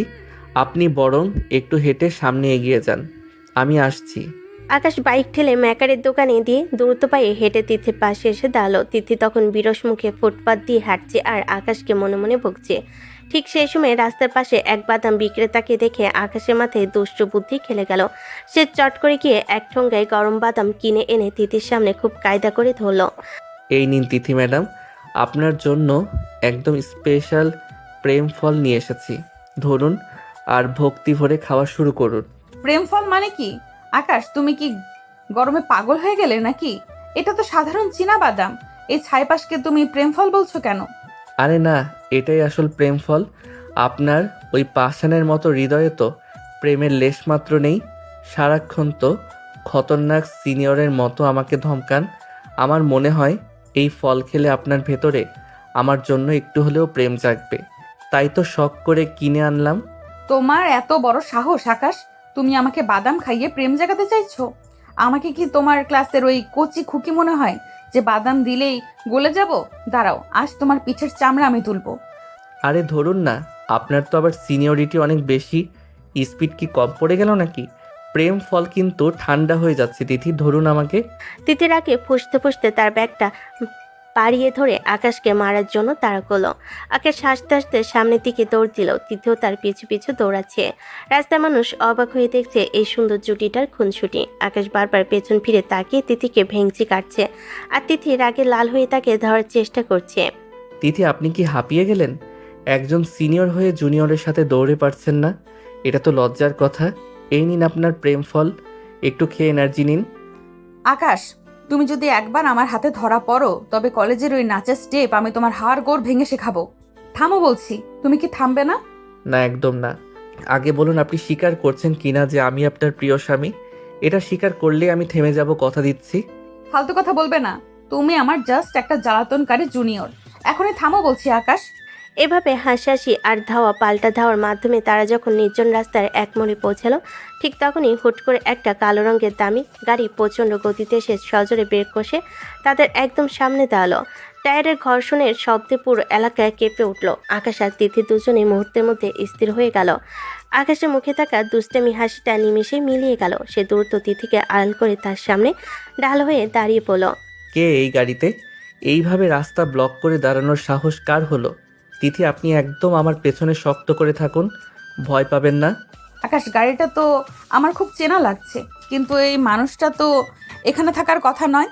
আমি খুব ভয় পাচ্ছি আকাশ, কিছু একটা গন্ডগোল আছে। গাড়ির কাজ ধীরে ধীরে নিচে নামতে শুরু করলো। আকাশের বুকের ভেতরটা তখন ধকধক করে উঠল। গাড়ির ভেতর থেকে একজোড়া তীক্ষ্ণ এবং শীতল চোখ তাদের দিকে সরাসরি তাকিয়ে আছে। গাড়ির দরজা খুলে যখন সেই ব্যক্তিটি ধীর পায়ে বেরিয়ে এলো, তখন তিথির পায়ের নিচে মাটি যেন সরে গেল। লম্বা গরম চোখে দামি সানগ্লাস আর চেহারায় এক অদ্ভুত জেদ নিয়ে দাঁড়িয়ে আছে সায়ান। সে হলো তিথির বাবার বিজনেস পার্টনারের ছেলে, যার সাথে কয়েকদিন আগে তিথির বিয়ে হওয়ার কথা ছিল। শ্যান সানগ্লাসটা খুলে পকেটে রাখলো এবং তার ছেলের হাসি দিয়ে তিথির দিকে এগোতে শুরু করলো। আকাশ তখনও তিথির সামনে শক্ত হয়ে দাঁড়িয়ে আছে এবং তার চোখ জোড়া শায়ানের ওপর স্থির। তিথি, তোমাকে ভাবে রাস্তার মাঝখানে এক পিচ্চি ছেলের সাথে দৌড়াদৌড়ি করতে দেখবো ভাবিনি। কেমন আছো তুমি? তোমার সাথে আমার কিছু জরুরি কথা আছে, যা বলা খুব প্রয়োজন। তোমার সাথে আমার কোনো কথা নেই সায়ান। তুমি আজ এখানে কোন সাহসে এসেছো? যে ছেলে বিয়ের আসরে বর সেজে আসার সাহস পায় না, তার সাথে কথা বলার কোনো রুচি আমার নেই। তুমি এক্ষুনি এখান থেকে চলে যাও সায়ান। তিথি প্লিজ একবার বোঝার চেষ্টা করো। সেদিন আমি কেন আসিনি তার পেছনে একটা বড় কারণ ছিল। আমি তোমাকে অনেক রিকোয়েস্ট করেছি, জাস্ট 5টা মিনিট আমার কথা শোনো, আমি সব বুঝিয়ে বলতে পারি যদি তুমি সুযোগ দাও। শোনেন মিস্টার, উনি আপনাকে চলে যেতে বলেছেন, তার মানে আপনি এখনই এখান থেকে বিদায় হবেন। আর যে পিচ্চি ছেলের কথা বললেন, সেই ছেলে এখন তিথির স্বামী, তাই নিজের লিমিট ক্রস করবেন না এবং দূরে গিয়ে কথা বলুন। তুমি কি জানো কার সাথে কথা বলছো পিচ্চি? তিথি, তুমি কি সত্যিই বাচ্চা ছেলেটার কথা শুনে আমাকে ফিরিয়ে দেবে? আমাদের সম্পর্কটা এত ঠুনকো ছিল না। একবার, মাত্র একবার আমার কথা শোনো তিথি। আকাশ, ওর কোনো কথা শোনার দরকার নেই। ও একটা চরম প্রতারক। চলো আমরা এখান থেকে চলে যাই। আমি ওর ছায়াও মারাতে চাই না। ওকে দেখার পর আমার ঘৃণা হচ্ছে আকাশ। তিথি আকাশের হাত শক্ত করে ধরল। আকাশ শ্যানকে একটা কড়া চাহনি দিয়ে তিথিকে নিয়ে সেখান থেকে হাঁটতে শুরু করলো। শ্যান বারবার তিথিকে ডাকার চেষ্টা করলো এবং অনেক রিকোয়েস্ট করলো, কিন্তু তারা কেউ পেছনে ফিরে তাকালো না। তারা দ্রুত একটা রিক্সা নিয়ে বাড়ির দিকে রওনা দিল। শ্যান রাস্তার মাঝখানে দাঁড়িয়ে রাগে ফুঁসতে ফুঁসতে নিজের মতোই বিড়বিড়িয়ে উঠল। দিদি, কাজটা তুমি একদম ঠিক করলে না। এই পিচ্চি জুনিয়র ছেলেটার সাথে আমাকে এভাবে অপমান করলে, মনে রেখো এর দাম তোমাকে খুব চড়াভাবে দিতে হবে। সায়ান যা চায় তা পাওয়ার জন্য যে কোনো সীমা পার করতে পারে। তুমি আমার হাত থেকে বাঁচতে পারবে না। বিয়ের আগের দিন তুমি আমাকে নিজে ফোন করে বললে তুমি বিয়েটা করতে চাও না, তুমি একটু সময় চাও। তোমার কথা রাখতে আমি রিস্ক নিয়ে সেদিন বিয়ে করতে আসলাম না, কিন্তু তুমি ঠিকই বিয়ে করে নিলে। ঠিক আছে, ব্যাপার না। তুমি আমাকে শান্তি দাওনি, আমিও তোমাকে শান্তিতে থাকতে দেব না। তোমার পুরো পরিবারকে ধ্বংস করে আমি রাস্তায় নিয়ে আসবো, আই প্রমিস। বাড়িতে ফেরার পথে আকাশ আর তিথি দুজনেই খুব চুপচাপ ছিল। শ্যানের হঠাৎ ফিরে আসা, তার উপর এই রহস্যময়ী হুমকি তিথির মনের ভেতর এক অজানা ভয় ঢুকিয়ে দিয়েছে। তবে আকাশ মনে মনে ঠিক করেছে, ওই লোকটা যদি আবার বিরক্ত করে তাহলে সে এর কঠিন বিহিত করবে। বাড়িতে ফিরে তারা স্বাভাবিক হওয়ার চেষ্টা করলো। রাতে ডিনার টেবিলে সবার সাথে হাসি মুখে কথা বলল। দুজনের মনের কোণে তখনও সায়ানের ছায়া লেগে আছে। ডিনার শেষ হতে না হতে আকাশের বাবা এক বিশেষ ঘোষণা দিলেন। আকাশ, তিথিমা, মন দিয়ে শোনো, কাল সকালে তোমাদের দুজনের কোনো জরুরি কাজ নেই তো? তিথির বাবা আজ ফোন করেছিলেন। উনি তোমাদের দুজনকে কাল ওনাদের বাড়িতে দাওয়াত করেছেন। অনেক দিন তো হলো, তিথিও নিজের বাড়িতে যাওয়া হয়নি। সত্যি আব্বু, বাবা ফোন করেছিলেন? আমি তো ভাবতেই পারিনি এত তাড়াতাড়ি বাড়িতে যাওয়ার সুযোগ পাবো। আমি কি সত্যিই কাল যেতে পারবো আব্বু? মা বাবার কথা খুব মনে পড়েছিল। ঠিক আছে আব্বু, তুমি যখন বলছো তখন যাবই। তবে তিথি ম্যাডাম, আপনার বাবার বাড়িতে গিয়ে আবার আমাকে জুনিয়র বলে সব ভুলে যাবেন না তো? সেখানেও কিন্তু আমি আপনার স্বামী হিসেবেই যাচ্ছি, মনে থাকে যেন। আপনিও না আকাশ, সব সময় আপনার মাথায় ওইসব দুষ্টুমি বুদ্ধি ঘুরে। আব্বু, আমরা কাল সকালেই বেরিয়ে পড়বো। অনেক কেনাকাটাও করতে হবে বাবার বাড়ির সবার জন্য। আমি সত্যিই খুব খুশি। রাত বাড়ার সাথে সাথে আকাশ আর তিথি তাদের ঘরে গিয়ে ব্যাগপত্র গুছাতে শুরু করলো। তিথি খুব খুশি, কারণ সে তার প্রিয় মানুষদের কাছে ফিরেছে। কিন্তু আকাশের মনে তখনও শায়নের সেই হুমকি বাজছে। ব্যাগ গুছানোর ফাঁকে আকাশ এবার তিথির দিকে তাকালো। তিথি তখন আলমারি থেকে নিজের জামাকাপড় বের করতে ব্যস্ত। তিথি, একটা কথা জিজ্ঞেস করি, শায়ানের সাথে আপনার কি কোনো পুরনো শত্রুতা আছে? ওর চোখের ভাষা কিন্তু আমার মোটেও ভালো লাগেনি। লোকটাকে খুব বিপজ্জনক মনে হচ্ছে আমার। জানি না আকাশ, ও খুব জেদি আর প্রতিহিংসা পরায়ণ ছোটবেলা থেকেই। তবে তুমি সাথে থাকলে আমার আর কোনো ভয় নেই। চলো তাড়াতাড়ি ব্যাগ গুছিয়ে নিই। কাল সকালে দেরি হলে কিন্তু আব্বু আবার ফোন করে রাগারাগি করবে। আকাশ আর কোনো কথা বাড়ালো না। তারা দুজনে মিলে ব্যাগ গুছিয়ে রাখলো। জানালার বাইরে অন্ধকার রাত হলেও তাদের মনে তখন আগামীকালে নতুন সফরের উত্তেজনা। সকালে মিষ্টি রোদ গায়ে মেখে আকাশ আর তিথি পৌঁছে গেল তিথিদের বাড়ির গেটে। মেয়ে আর জামাই আসবে বলে আগে থেকেই গেটে তোরণ সাজানো হয়েছে। তিথির বাবা আর মা দরজায় দাঁড়িয়ে অধীর আগ্রহে অপেক্ষা করছিলেন। গাড়ি থেকে নামতে তিথির মা তিথিকে জড়িয়ে তোলেন আর তিথির বাবা আকাশের কাঁধে হাত রেখে পরম মমতায় ভেতরে নিয়ে গেলেন। বিয়ের পর আজই প্রথম তারা এ বাড়িতে পা রাখলো, তাই বাড়ির প্রতিটি কোণ যেন আজ উৎসবে মেতেছে। এসো বাবা আকাশ, ভেতরে এসো। তোমার জন্য কত কি রেঁধে রেখেছি। আমার তিথিমাটা কি তোমাকে খুব জ্বালিয়েছে কয়দিন? ও তো একটু জেদি আর একগুয়ে, তুমিই সামলে নিও বাবা। আরে না মা, আপনার মেয়ে তো একদম লক্ষ্মী। তবে হ্যাঁ, মাঝে মাঝে কলেজের সিনিয়রিটির ভাবটা বাড়িতেও দেখায়, এই যা। তখন আমি একটু বাধ্য জুনিয়র হয়ে গুটিসুটি মেরে থাকি। আসলে ওনার হুকুম অমান্য করার সাহস আমার নেই মা। আম্মু, তুমি ওর কথা একদম বিশ্বাস করো না। ও সারা দিন আমাকে অস্থির করে রাখে। আর আব্বু, তুমি ওকে এত মাথায় তুলো না তো। এমনিতেই ও খুব ড্যাম কেয়ার টাইপের ছেলে। দেখছো না কেমন সাধু সেজে কথা বলছে? আসলে ও একটা আস্ত শয়তান। দেখেছেন আব্বু, আপনার সামনে আমাকে শয়তান বলছে। আমি তো শুধু আপনার মেয়ের নাচের টিচার হিসেবে একটু কড়া শাসন করি, এতেই ওনার এত রাগ। আপনি বিচার করুন, শিক্ষককে কি কেউ এভাবে অপমান করে? তোরা দেখছি এখনো সেই আগের মতোই আছিস। চল আগে ভেতরে চল, অনেক গল্প হবে। আগে পেট পুড়ে খাওয়া দাওয়াটা শেষ করি। জামাই বলে কথা, আজ কিন্তু কোনো ডায়েট চলবে না আকাশ। দুপুরবেলা ডাইনিং টেবিলে যেন রাজকীয় ভোজের আয়োজন। তিথির মা নিজের হাতে জামাইয়ের পাতে বড় মাছের মাথা আর মাংস তুলে দিচ্ছেন। সারাদিন আত্মীয় স্বজনের ভিড় আর হাসাহাসিতে সময়টা দ্রুত পার হয়ে গেল। কিন্তু আসল বিপত্তিটা বাঁধল রাতে। তারা যখন শোয়ার জন্য তিথির ঘরে ঢুকলো, তিথি লক্ষ্য করলো তার ছিমছাম ঘরটিতে কোনো সোফা নেই, এমনকি আলাদা শোয়ার মতো কোনো অতিরিক্ত ম্যাট্রেসও নেই। হায় আল্লাহ, আকাশ এখন কি হবে? আমার ঘরে তো কোনো সোফা নেই। তুমি এখন ঘুমাবে কোথায় সেটা তো একবারও ভাবোনি। আম্মুকে কি বলবো একটা আলাদা বিছানা করে দিতে? কেন আলাদা বিছানা কেন? আমি তো এই বড় রাজকীয় বিছানাতে আরাম করে ঘুমাবো। আপনার সমস্যা কি তিথি ম্যাডাম? বাপের বাড়ি এসেছেন বলে কি আমাকে এখন মেঝের শক্ত পাটিতে পাঠাতে চান নাকি? স্বামী হিসেবে এই বিছানায় আমার অর্ধেক ভাগ আছে। অসম্ভব আকাশ, আমরা এক বিছানায় কিভাবে ঘুমাবো? এখানে তো কোনো সোফা নেই যে তুমি আলাদা শোবে। আম্মু বা আব্বু যদি জানতে পারে আমরা আলাদা শুই তবে তো কেলেঙ্কারি হয়ে যাবে।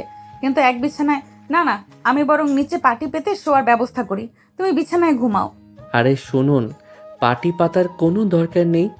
আপনি কি নিজেকে কন্ট্রোল করতে পারবেন না বলে ভয় পাচ্ছেন, তাই আমাকে বিছানা থেকে দূরে সরিয়ে রাখতে চাইছেন? নিজের উপর কি আপনার এতই কম ভরসা যে আমাকে পাশে দেখলে আপনার মন বিগড়ে যেতে পারে?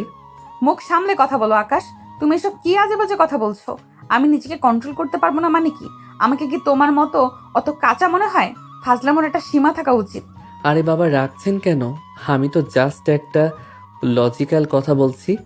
আপনি হয়তো ভাবছেন এত হ্যান্ডসাম আর ইয়ং একটা জুনিয়র হাজব্যান্ড পাশে থাকলে আপনার মনটা একটু উথাল পাথাল করতে পারে, আর সেই বড় কোনো অঘটন থেকে বাঁচতেই আপনি আমাকে মাটিতে শোয়াতে চাইছেন। আমি আপনার মনের সব খবর জানি তিথি ম্যাডাম। ফাজিল ছেলে, তোমার এই ফাজলামো কি কখনোই শেষ হবে না?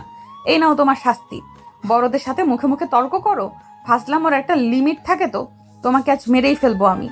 তিথির আগে ফুসতে ফুসতে বালিশ তুলে আকাশের গায়ে এলোপাথারি মারতে শুরু করলো। আকাশ হাসতে হাসতে বিছানার ওপর গড়াগড়ি খাচ্ছে আর বালিশ দিয়ে নিজেকে আড়াল করার চেষ্টা করছে। তিথি তাকে মারার জন্য তেড়ে যেতে গিয়ে বিছানার ওপর ঝিলিক দিয়ে ঝাঁপিয়ে পড়লো। দুজনের মধ্যে ধস্তাধস্তি শুরু হলো আর সেই তালে তারা একে অপরে খুব কাছাকাছি চলে এলো। ঘরের মৃদু আলোয় তিথির ফর্সা মুখটা রাগে আর লজ্জায় লাল হয়ে গেছে দেখে আকাশের হাসি হুট করে থেমে গেল। সে হঠাৎ তিথির হাত দুটো শক্ত করে চেপে ধরল। ঠিকই তো বলেছি, আপনি আসলে নিজেকে কন্ট্রোল করতে না পেরে যদি কোনো অঘটন ঘটিয়ে ফেলেন, ওই ভয়ে আমার সাথে এক বিছানায় শুতে ভয় পাচ্ছেন। আপনার এই কাপা কাপা হাত আর বড় বড় চোখই বলে দিচ্ছে আপনি মনে মনে কতটা কাঁপছেন। ভয় পাবেন না, আমি তো আপনার নিজেরই স্বামী। আমি মোটেও ভয় পাচ্ছি না। আর অঘটন কেন ঘটবে? তুমি একটা ছোট ছেলে, তোমাকে ভয় পাওয়ার মতো কিছু নেই আমার মধ্যে। তুমি এখন আমার হাত ছাড়ো বলছি। আকাশ, এভাবে তাকিয়ে আছো কেন? ছোট ছেলে? কলেজের সেই দাপুটে সিনিয়র আপু কি এখন একবারের জন্য স্বীকার করবেন যে এই ছোট ছেলেটাই তার আইনত স্বামী, নাকি সারা রাত এইভাবে আপনার হাত দুটো ধরে আপনার চোখের দিকে তাকিয়ে বসে থাকতে হবে? দেখুন তিথি, আমি একদম ভদ্র হয়ে বিছানার এক পাশে শুয়ে থাকব, আপনি অন্য পাশে। কোনো বিপদ ঘটবে না, আমি গ্যারান্টি দিচ্ছি। নাকি আপনি নিজেই বিপদ ডেকে আনতে চাইছেন? তুমি একটা আস্ত শয়তানের হাড়ি আকাশ। আমি জানি না কেন তোমার সাথে আমার বিয়ে হলো। ঠিক আছে, আমি এই পাশে শুচ্ছি, কিন্তু সাবধান, মাঝখানেই বালিশের দেওয়াল থাকবে। এটা পার করলেই কিন্তু তোমার খবর আছে। বালিশের দেয়াল? আপনি তো দেখছি একদম ছোট বাচ্চাদের মতো আইডিয়া দিচ্ছেন। ঠিক আছে ম্যাডাম, আপনার বালিশের দেয়ালই সই। তবে মাঝরাতে ঘুমিয়ে ঘুমিয়ে দেয়াল ভেঙে আমার দিকে গড়িয়ে আসবেন না তো। আপনার তো আবার ঘুমের মধ্যে হাত পা ছোড়ার অভ্যাস আছে। চুপ করো আকাশ, একটা কথা বলবে না। লাইট বন্ধ করো, আমার খুব ঘুম পাচ্ছে। আর কাল সকালে আব্বু ডাকার আগে যেন তোমাকে ঘুম থেকে উঠতে দেখি। মেহমান হিসেবে দেরি করে উঠলে খুব খারাপ দেখাবে। তিথি লজ্জার অস্বস্তি নিয়ে বিছানায় একদম কিনারে গিয়ে শুয়ে পড়ল। আকাশ মুচকি হেসে লাইটটা বন্ধ করে দিল। জানালার ফাঁক দিয়ে চাঁদের আলো এসে পড়ছে তাদের বিছানায়। আকাশ এক পলক পাশে শুয়ে থাকা তিথির দিকে তাকালো। তিথির চোখ বন্ধ করে থাকলো। তার ঘন ঘন নিঃশ্বাস নেওয়া আর হৃৎপিণ্ডের শব্দ আকাশ স্পষ্ট শুনতে পাচ্ছিল। বাপের বাড়িতে এসে তাদের এই প্রথম রাতটা এক অন্যরকম রোমাঞ্চকর নিস্তব্ধতা আর মিষ্টি অস্থিরতায় ভরে উঠল। বেশ কয়েকদিন তিথিদের বাড়িতে আকাশ আর তিথির দারুণ আনন্দ আর হাসি মজায় কেটে গেল। জামে আদরে কোনো কমতি ছিল না। আর আকাশও তার শাশুড়ি মেয়ের হাতের রান্না খেয়ে খুব ভালো দিন পার করেছে। কিন্তু বিপত্তিটা দেখা দিল তাদের ফেরার আগের দিন থেকে। সকাল থেকে তিথির বাবাকে খুব বিমর্ষ আর চিন্তিত দেখাচ্ছে। তিনি ড্রয়িং রুমে বসে বারবার ফোনের দিকে তাকাচ্ছিলেন আর দীর্ঘশ্বাস ফেলছিলেন। আকাশ লক্ষ্য করল তার শ্বশুরমশাইয়ের কপালে দুশ্চিন্তার ভাঁজ। আব্বু, সকাল থেকে দেখছি আপনি খুব গম্ভীর হয়ে বসে আছেন। শরীর কি খারাপ লাগছে? কোনো সমস্যা হলে আমাকে বলতে পারেন। আমরা তো কালই চলে যাব। আপনার এই মুখ ভার দেখলে আমাদেরও মন খারাপ হবে। না রে বাবা আকাশ, তেমন কিছু না। ব্যবসার একটু ঝামেলা চলছে, ও ঠিক হয়ে যাবে। তুই ব্যস্ত হোস না, তোরা আনন্দ কর, আমি একটু আছি। বাবা, তুমি লুকানোর চেষ্টা করছো কেন? আমি তো দেখছি তুমি ফোন ধরছো না আর বারবার অস্থির হয়ে পায়চারি করছো। আম্মু বলছিল তুমি নাকি রাতে ঘুমাওনি। কি হয়েছে বলবে তো? তিথির বাবা কথাটি এড়িয়ে গিয়ে নিজের ঘরের দিকে চলে গেলেন। কিন্তু দুশ্চিন্তা মানুষের শরীরের উপর কতটা প্রভাব ফেলে তা বোঝা গেল কিছুক্ষণ পরে। বিকেলের দিকে হঠাৎ করে তিথির বাবা সোফা থেকে উঠতে গিয়ে মাথা ঘুরে পড়ে গেলেন। সারার বাড়িতে হুলুস থুলুস পড়ে গেল। আকাশ দ্রুত তাকে ধরে সোফায় শুয়ে দিল এবং মুহূর্তের মধ্যে অ্যাম্বুলেন্স ডেকে তাকে শহরের বড় হাসপাতালে নিয়ে যাওয়া হলো। ডাক্তার জানালেন অতিরিক্ত মানসিক চাপের কারণে আজ ওনার রক্তচাপ বেড়ে গিয়ে এই অবস্থা হয়েছে। ওগো, তোমার কি হলো? তিথিরে, তোর বাবার তো কখনো এমন হয়নি। আমি এখন কি করব? এই হাসপাতালে তো অনেক খরচ। আমার তো মাথায় কাজ করছে না। আম্মু তুমি শান্ত হও, আকাশ তো আছে, আমি আছি, বাবার কিছু হবে না। বাবা তুমি বরং রিসিপশনে গিয়ে কথা বলো, ভর্তির জন্য কত টাকা লাগবে। আমি বাবার কার্ড আর চেক বই নিয়ে আসছি। আপনি চিন্তা করবেন না মা, আমি সব দেখছি। তিথি, আপনি কার্ডটা দিন, আমি এখনই বিল মিটিয়ে দিচ্ছি। আকাশ তিথির বাবার বিজনেস কার্ড নিয়ে কাউন্টারে বিল দিতে গেল। কিন্তু কিছুক্ষণ পরে আকাশ ফিরে এলো খুব গম্ভীর মুখ নিয়ে। তার পেছনে হাসপাতালে এক কর্মচারী এসে দাঁড়ালো। আকাশের চোখের কোণে তখন এক ধরনের বিস্ময় আর রাগ কাজ করছে। তিথি, একটা বড় সমস্যা হয়ে গেছে। আপনার বাবার বিজনেস অ্যাকাউন্টের সব কার্ড ডিক্লাইন করছে। এমনকি সেভিংস অ্যাকাউন্টেও কোনো ব্যালেন্স নেই দেখাচ্ছে। হাসপাতালের লোক বলছে অ্যাকাউন্ট নাকি পুরোপুরি ফাঁকা। কি বলছো এইসব আকাশ? অসম্ভব। বাবার অ্যাকাউন্টে তো সব সময় পর্যাপ্ত পরিমাণ টাকা থাকে। কয়েকদিন আগেই তো বড় একটা পেমেন্ট ঢোকার কথা ছিল। আব্বু তুমি কি কিছু জানো? হঠাৎ অ্যাকাউন্ট ফাঁকা হলো কিভাবে? আমি তো কিছুই জানি না মা। তোর বাবা তো ব্যবসার সব কাজ সায়ান আর ওর বাবার সাথে পার্টনারশিপে করতো। ইদানিং সায়ানের সাথে বিয়ের কথা ভেঙে যাওয়ায় ওনারা নাকি একটু ঝামেলা করেছিলেন। কিন্তু টাকা সব উধাও হয়ে যাবে সেটা তো ভাবিনি। আকাশ এই কথা শুনে আর এক মুহূর্ত দেরি করল না। সে তার নিজের কিছু সোর্স ব্যবহার করে এবং ব্যাংকের পরিচিত একজনের মাধ্যমে তখনই ইনভেস্টিগেশন শুরু করলো। প্রায় ঘন্টাখানেক ছোটাছুটির পর আকাশ যখন ফিরে এলো তখন তার জল শক্ত হয়ে আছে। রাগে তার হাত কাঁপছে। তিথি, আমি জানতে পেরেছি কি হয়েছে। এটা কোনো টেকনিক্যাল সমস্যা নয়, এটা একটা পরিকল্পিত ধোঁকাবাজি। সায়ান আপনার বাবার সব জয়েন্ট অ্যাকাউন্ট থেকে টাকা সরিয়ে নিয়েছে এবং জালিয়াতি করে সব পার্টনারশিপ পেপার ভেঙে দিয়েছে। শুধু তাই নয়, সে আপনার বাবার নামে বিশাল একটা লোনও দেখিয়ে রেখেছে। সায়ান আপনাদের পথে বসানোর ব্যবস্থা করে পালিয়েছে। ও এতটাই নিচে নামতে পারলো? শুধু বিয়ে ভেঙেছি বলে ও আমার বাবার তিল তিল করে গড়া ব্যবসাটাও শেষ করে দিল। আকাশ, এখন বাবার চিকিৎসা হবে কিভাবে? আমরা তো এখন একদম অসহায় হয়ে পড়লাম। অসহায় ভাববেন না তিথি। সায়ান ভেবেছে সে খুব চালাক, কিন্তু সে জানে না সে কার সাথে পাঙ্গা নিয়েছে। ও আমার পরিবারের সম্মান নিয়ে খেলেছে। আমি প্রতিজ্ঞা করছি তিথি, সায়ানকে আমি এমন শিক্ষা দেব যে ও জীবনে আর কোনো মেয়ের দিকে তাকানোর সাহস পাবে না। সায়ান যা যা কেড়ে নিয়েছে আমি তার ডাবল ওর থেকে উসুল করব। আকাশের কণ্ঠস্বরে এমন এক দৃঢ়তা ছিল যে তিথি তার মা আর কিছুটা আশ্বস্ত হলেন, কিন্তু হাসপাতালে বেডে শুয়ে থাকা নিথর তিথির বাবার দিকে তাকিয়ে সবার মনে একরাশ আতঙ্ক দানা বাঁধল। আকাশ মনে মনে সায়নের বিরুদ্ধে এক মারাত্মক শখ কষতে শুরু করলো। কলেজে সেই চঞ্চল জুনিয়র ছেলেটা যেন মুহূর্তেই এক গম্ভীরার প্রতিহিংসা পরায়ণ পুরুষে পরিণত হলো। লড়াইটা এখন আর শুধু সায়ন আর তিথির মধ্যে নেই, এটা এখন আকাশের সম্মানের লড়াই। গত কয়েকটা দিন আকাশের উপর দিয়ে যেন পলই বয়ে গেছে। সে ঠিকমতো খাওয়া দাওয়া বা ঘুম কিছুই করেনি। তার চোখে মুখে ছিল শুধু প্রতিশোধের নেশা। আকাশ তার বন্ধুদের এবং ব্যক্তিগত কিছু আইনি সোর্সের সাহায্যে নিয়ে দিনরাত এক করে সায়নের সব জালিয়াতির নথিপত্র জোগাড় করেছে। অবশেষে আকাশ সার্থক হলো। সায়ন এবং তার বাবা যে অত্যন্ত চতুরতার সাথে তিথির বাবার সই জাল করে ব্যাংক অ্যাকাউন্ট ফাঁকা করেছে, তার সব অকাঠ্য প্রমাণ এখন আকাশের ব্যাগে।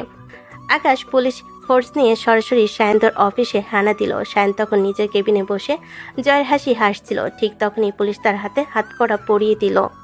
আকাশ, তুমি কাজটা মোটেও ভালো করলে না। তুমি জানো না আমি কে? এই পিচ্ছে একটা ইম্যাচিওর ছেলে হয়ে তুমি আমার এত বড় ব্যবসায়িক সাম্রাজ্য ধ্বংস করলে। তোমার সাহস তো কম নয়। পুলিশ অফিসার, আপনারা ওকে কেন ধরছেন না? ও তো জাস্ট একটা কলেজের স্টুডেন্ট। মিস্টার সায়ান, চিৎকার করে লাভ নেই। আপনি যাকে কলেজের স্টুডেন্ট ভেবে তুচ্ছ তাচ্ছিল্য করছেন, সেই স্টুডেন্টই আপনার জালিয়াতের সব নাড়িভুড়ি বের করে ফেলেছে। এই যে দেখুন আপনার জাল সইয়ের কপি আর ট্রান্সফার হিস্ট্রি।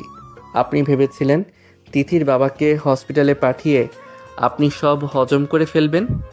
আকাশ থাকতে সেটা অসম্ভব। অফিসার, ওকে এখনই নিয়ে যান।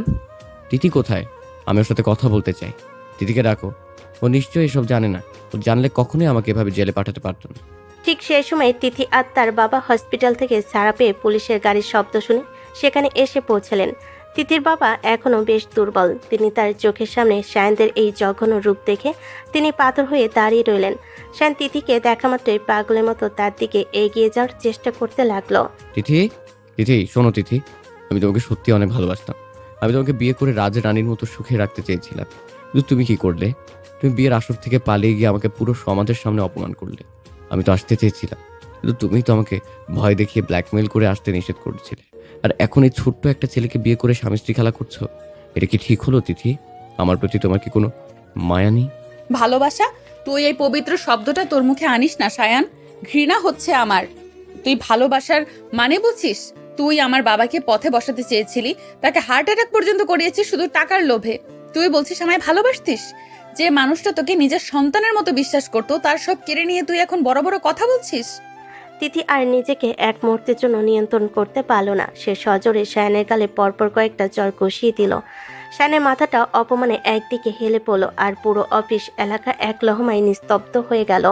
ভাগ্যের সেদিন তোকে ব্ল্যাকমেল করে বিয়েটা ভেঙেছিলাম সায়ান, না হলে আজ তোর মতো একটা হীনমন্য জানোয়ারের ঘরে আমাকে বন্দিনী হয়ে থাকতে হতো। তোর মতো নিচু মনের মানুষের ছায়াও যে আমি মারাইনি, তার জন্য আমি নিজেকে হাজারবার ভাগ্যবতী মনে করি। তুই যাকে বারবার বাচ্চা ছেলে বলে অপমান করছিস, সেই আকাশই আজ প্রমাণ করে দিয়েছে যে সে তোর চেয়ে 1000 গুণ বেশি যোগ্য এবং প্রকৃত পুরুষ। ও আজ আমার বাবাকে জমের দুয়ার থেকে ফিরিয়ে এনেছে, আর আমাদের পরিবারের সম্মান ধুলো থেকে তুলে এনেছে। তুই ওর নখেরও যোগ্য নোস। তিথি, তুমি ভুল করছো। এই ছেলেটা তোমাকে কখনোই আমার মতো স্ট্যাটাস দিতে পারবে না। তুমি একদিন ঠিকই আফসোস করবে। আকাশ, তুমি জিতে গিয়েও হেরে গেলে, আমি ফিরে আসবোই। সেই সুযোগ আপনি পাবেন না সায়ান সাহেব। জেলের ঘানি টানতে টানতে আপনার সব স্ট্যাটাস বেরিয়ে যাবে। পুলিশ অফিসার, দয়া করে এই জঞ্জালগুলোকে এখান থেকে সরিয়ে নিয়ে যান। এদের মুখ দেখতেও ঘৃণা লাগছে আমাদের। পুলিশের গাড়ি শায়ান আর তার বাবাকে নিয়ে সাইরেন বাজিয়ে চলে গেল। রোদের তেজ তখন অনেকটা কমে এসেছে। অফিসের সামনে তখন এক অদ্ভুত নিস্তব্ধতা। তুলির বাবা এতক্ষণ দূরে দাঁড়িয়ে সব দেখছিলেন। তার চোখে তখন অন্তপে জল টলমল করছিল। তিনি ধীর পায়ে কম্পিত হৃদয় আকাশের সামনে এসে দাঁড়ালেন। আকাশের মাথায় হাত রেখে তিনি নিঃশব্দে কান্নায় ভেঙে পড়লেন। আকাশ বাবা, আমাকে তুমি ক্ষমা করে দাও। আমি একটা অপরাধী। আমি শুধু ব্যবসার সাথে নিজের ব্যবসায়িক পার্টনারশিপ বাঁচানোর জন্য আমার কলিজার টুকরো মেয়েটাকে ওই পশুর হাতে তুলে দিতে চেয়েছিলাম। আমি অন্ধ হয়ে গেছিলাম ক্ষমতার লোভে। আর যদি তুমি না থাকতে, তবে আমার মেয়েটাকে সারাটা জীবন মরুভূমি হয়ে যেত, আর আমি মরে কবরে শান্তি পেতাম না। আমি আজ নিজের ভুল বুঝতে পারছি বাবা। আব্বু, প্লিজ ওসব পুরনো দুঃখের কথা মনে করে নিজেকে ছোট করবেন না। আপনি তিথির বাবা, মানে আজ থেকে আপনি আমারও পরম শ্রদ্ধেয় বাবা। আপনার বিপদ দেখা আর আপনার সম্মান বাঁচানো আমার দায়িত্ব ছিল। আর তিথি তো শুধু আমার কলেজের সিনিয়র আপু নয়, ও এখন আমার জীবন। ওর জন্য আমি পৃথিবীর যে কোনো শক্তির সাথে লড়তে পারি। বাবা, তুমি নিজের ভুল বুঝতে পেরেছো, এটাই আমাদের কাছে সবচাইতে বড় পাওয়া। আমাদের ঘর বাড়ি বা টাকা পয়সা হয়তো সায়নরা কেড়ে নিতে চেয়েছিল, কিন্তু আমাদের পরিবারের এই আত্মিক টান কেউ কোনো দিন কেড়ে নিতে পারবে না। আর আকাশ, ও হয়তো বয়সে আমার ছোট, কিন্তু ওর সাহসিকতা আর ওর মনটা হিমালয়ের মতো বিশাল। আমি গর্বিত যে ও আমার স্বামী। তিথির বাবা আকাশের হাত দুটো শক্ত করে জড়িয়ে ধরলেন। তার মনে আজ এক পরম প্রশান্তি খেলা করছে। তিনি বুঝতে পারলেন যে আকাশ শুধু একজন ভালো জামাই নয়, সে এই পরিবারের সত্যিকারের মেরুদণ্ড এবং রক্ষাকর্তা। আকাশ আর তিথি একে অপরের দিকে এক গভীর দৃষ্টিতে তাকালো। তাদের এই টক ঝাল মিষ্টির সম্পর্কের আড়ালে আজ এক গভীর শ্রদ্ধা আর অটুট ভালোবাসার জন্ম নিল। বাড়ি ফেরার পথে রিকশায় আকাশের কাঁধে আলতো করে মাথা রেখে তিথি ভাবল, জীবনের সবচেয়ে কঠিন সময়ে সে সবচেয়ে সঠিক মানুষটিকেই খুঁজে পেয়েছে। শায়নের সেই জঘন্য চক্রান্তের কালো মেঘ কেটে যাওয়ার পর আকাশ আর তিথির জীবনে এক নতুন ভোরের সূচনা হয়েছে। তিথির বাবা এখন পুরোপুরি সুস্থ, আর আকাশ এখন তিথির চোখে শুধুই একজন জুনিয়র নয়, বরং তার বিপদের পরম বন্ধু আর রক্ষাকর্তা। দিন দিন তাদের সম্পর্কের রসায়ন যেন আরও গাঢ় আর মায়াবী হয়ে উঠছে। কলেজের ক্লাস শেষে বাড়ি ফিরে এখন আর তারা আগের মতো সাপে নেউলে ঝগড়া করে না, বরং একে অপরের সান্নিধ্য পাওয়ার জন্য মুখিয়ে থাকে। বিকেল হলেই তারা ঘরে বেলকনিতে বসে চা খায় আর নাচে প্র্যাকটিস নাম করে একে অপরের আরও নিবিড় সান্নিধ্যে আসে। তিথি ম্যাডাম, আপনি কি একটা জিনিস ইদানিং খেয়াল করেছেন? আজকাল আপনি আমাকে আগের মতো আর কথায় কথায় ধমকান না। এমনকি কলেজের সেই দাপুটে আর খতরনাক লোকটাও আপনার মুখ থেকে কোথায় যেন হারিয়ে গেছে। ব্যাপারটা কি বলুন তো? আমাকে দেখে কি এখন আর আগের মতো রাগ হয় না আপনার? নাকি আপনার কঠিন মন আমার ভালোবাসার কাছে হার মেনেছে? রাগ হবে না কেন? রাগ তো আগের চেয়েও বহুগুণ বেড়েছে। তবে এখন সেই রাগের চেয়ে বেশি কেন জানি না ভয় হয়। ওই যে সেদিন তুমি যেভাবে হিরোর মতো একাই সব পরিস্থিতি সামলালে, তারপর থেকে তোমাকে আর সেই ছোট জুনিয়র ভাবতে পারছি না। কিন্তু তাই বলে ভেবো না যে তুমি আমার হাত থেকে সব পার পেয়ে যাবে। আমার কলেজের শাসন কিন্তু চলবেই, সেটা মাথায় রেখো জনাব। ও আচ্ছা, শাসন এখনও চলবে? তাহলে চলুন কালকে সেই রোমান্টিক ড্যান্সের মেইন স্টেপটা আরেকবার প্র্যাকটিস করি। আপনার শাসনের চোটে তো আমার পায়ের পেশিতে একদম টান ধরে গেছে। আজ কিন্তু একটা শর্ত আছে তিথি, আজ আমি টিচার হব আর আপনি হবেন আমার বাধ্য স্টুডেন্ট। রাজি তো? ইদানিং তোমার সাহস আকাশ ছোঁয়া হয়ে গেছে। আকাশ, আমাকে স্টুডেন্ট বানাতে চাও? এত বড় স্পর্ধা তোমার? ঠিক আছে, দেখি তোমার তাল জ্ঞান আর নাচের ছন্দ কতটুকু বেড়েছে। মিউজিক চালাও, আমি দেখছি তুমি আমাকে নতুন কি শেখাও। আর যদি ভুল করো তবে কিন্তু কানমোলা খেতে হবে। আকাশ মুচকি হেসে ঘরের লাইটগুলো কমিয়ে দিল, একটা হালকা রোমান্টিক সুর অন করে দিল। ঘরে সেই মায়াবী আবছে আলোয় তারা দুজন একে অপরের মুখোমুখি এসে দাঁড়ালো। আকাশ ধীর পায়ে তিথির দিকে এগিয়ে গেল এবং এক হাত তিথির সরু কোমরের ওপর রাখলো। তিথি হঠাৎ আকাশে এমন স্পর্শে চমকে উঠে তার গভীর চোখের দিকে তাকালো। সেই চোখে আজ কোনো দুষ্টামি নেই, আছে এক গভীর আর নিবিড় ভালোবাসা। তিথিও আলতো করে তার দুহাত আকাশের কাঁধে রাখলো এবং ছন্দ মিলিয়ে তুলতে শুরু করলো। তিথি, আপনি যখন এইভাবে ডাগর ডাগর চোখে আমার দিকে তাকিয়ে থাকেন, তখন আমার মনে হয় পুরো পৃথিবীটা যেন ঠিক এই মুহূর্তে থেমে যাক, কেন জানি না মনে হয় আপনাকে আরও নিবিড়ভাবে নিজের কাছে টেনে নেই। আচ্ছা তিথি, আপনি কি এখন আমাকে শুধু একটা ছোট জুনিয়র হিসেবেই দেখেন, নাকি আপনার মনের মণিকোঠায় আমার জন্য অন্য কোনো বিশেষ নাম জমা হয়েছে? তুমি মানুষটা বড্ড বেশি জেদি আর একগুঁয়ে আকাশ। যা চাও তা যেইভাবেই হোক আদায় করেই ছাড়ো। আর এই যে তুমি সারাক্ষণ আমাকে চোখে চোখে রাখো আর আমার সব বিপদ থেকে আগলে রাখো, এটা এখন আমার অভ্যাসে পরিণত হয়ে গেছে। তোমাকে ছাড়া এখন এই বিশাল ঘরটাকেও আমার কাছে বড় ফাঁকা আর একা মনে হয়। অভ্যাস নাকি ভালোবাসা? সত্যি করে বলুন তো তিথি, আমার এই পাগলামিগুলো কি আপনার একদমই ভালো লাগে না? আমি জানি আপনার হৃৎপিণ্ড এখন কি বলছে। ওটা তো আমার নামেই দ্রুত লয়ে ধুকপুক করছে, তাই না? আপনি স্বীকার না করলেও আপনার চোখের ভাষা সব বলে দিচ্ছে তিথি। তুমি একটা আস্ত শয়তানের বাচ্চা আকাশ। মানুষের মনের গোপন কথা পড়তে তোমাকে কে শিখিয়েছে শুনি? হ্যাঁ, ভালো লাগে তোমার ওই ভুবন ভুলানো দুষ্টু হাসি, আমার সাথে কারণে অকারণে অনর্থক তর্ক করা আর বিপদে আমার সামনে পাহাড়ের মতো ঢাল হয়ে দাঁড়ানো, সবই আমার ইদানিং খুব ভালো লাগে। এখন কি শান্তি হয়েছে কথাগুলো শুনে? আকাশ তিথিকে আরও নিবিড়ভাবে নিজের বুকের মাঝে জড়িয়ে নিল। তারা দুজন মিউজিকের তালে তালে খুব ধীরে লয়ে একে অপরের সাথে মিশে দুলতে শুরু করলো। তিথি আকাশের চড়বুকে মাথা রেখে এক পরম স্বর্গীয় প্রশান্তি খুঁজে পেল। বাসর রাতে সেই দূরত্ব আর মনের কোণে সব দ্বিধা আজ পুরোপুরি মুছে গেছে। আকাশের তপ্ত নিঃশ্বাস তিথির ঘাড়ে কাছে অনুভূত হচ্ছে, যা তাকে এক অদ্ভুত শিহরণ আর নেশায় আচ্ছন্ন করে দিচ্ছে। তিথি, একটা কথা আমাকে দেবেন? কলেজ শেষ হোক বা না হোক, আমাদের এই টক ঝাল মিষ্টি খুনসুটি যেন সারা জীবন ঠিক এমনটাই থাকে। আমি চাই না আমরা সেই বোরিং আর গম্ভীর স্বামী স্ত্রী হয়ে যাই। আমি আপনার সেই সারা জীবনের দুষ্টু জুনিয়র হয়েই থাকতে চাই, যে সবসময় আপনাকে রাগাবে আর পরক্ষণেই ভালোবেসে আপনার সব মান ভাঙাবে। আমি তোমাকে আজ প্রমিস করছি আকাশ, তোমার এই মিষ্টি দুষ্টুমিগুলোই তো এখন আমাকে বেঁচে থাকার কারণ। তবে মনে রেখো, কলেজের গেটে পা রাখলেই কিন্তু আমি আবারও তোমার করা সিনিয়র আপু। সেখানে কিন্তু আমার সাথে বেশি ঘনিষ্ঠ হওয়ার চেষ্টা করো না, তাহলে আবার কিন্তু সবার সামনে তোমার কান টেনে দেবো আমি। আচ্ছা বাবা, মেনে নিলাম। কলেজের গেট পর্যন্ত আমি আপনার বাধ্য ছাত্র আর অনুগত জুনিয়র, কিন্তু এই চার দেয়ালের ভেতর আমি আপনার সব। এখানে আপনার সিনিয়রিটি চলবে না। এখন বলুন তিথি ম্যাডাম, আপনার এই টিচারকে একটা মিষ্টি উপহার দেবেন না? এত সুন্দর আর রোমান্টিকভাবে প্র্যাকটিস করালাম যে আপনাকে। উপহার? কি এমন উপহার চান শুনি জনাব? আপনার তো আবদারের শেষ নেই। আবদারটা বলেই ফেলুন দেখি, আপনার কি মনে চলেছে? আকাশ আর কোনো কথা না বলে তিথির চিবুকটা আলতো করে উঁচিয়ে ধরল। জানালার পাতলা পর্দাগুলো রাতের মৃদু বাতাসের তালে কাঁপছে, আর বাইরে রূপালি চাঁদের আলো যেন তাদের উপর আশীর্বাদ ঢেলে দিচ্ছে। আকাশ ধীরে ধীরে তিথির লালচে ঠোঁটের খুব কাছে মুখ নিয়ে গেল। তিথি এক অজানা আবেশে আর লজ্জায় চোখ বন্ধ করে ফেল। এক নিবিড় আর পবিত্র ভালোবাসার মুহূর্তে তাদের দুজনকে আজ এক অদৃশ্য অটুট সুতোয় বেঁধে ফেল। তাদের এই খুনসুটিময় সম্পর্কের আজ এক পূর্ণাঙ্গ রোমান্টিক মিলন ঘটল। আজ সেই বহু প্রতীক্ষিত কলেজের বার্ষিক সাংস্কৃতিক অনুষ্ঠানের দিন। পুরো কলেজ ক্যাম্পাস আজ আলোকসজ্জায় ঝলমল করছে। অডিটোরিয়াম কানায় কানায় পূর্ণ। শিক্ষক থেকে শুরু করে ছাত্রছাত্রী সবার নজর এখন স্টেজের দিকে।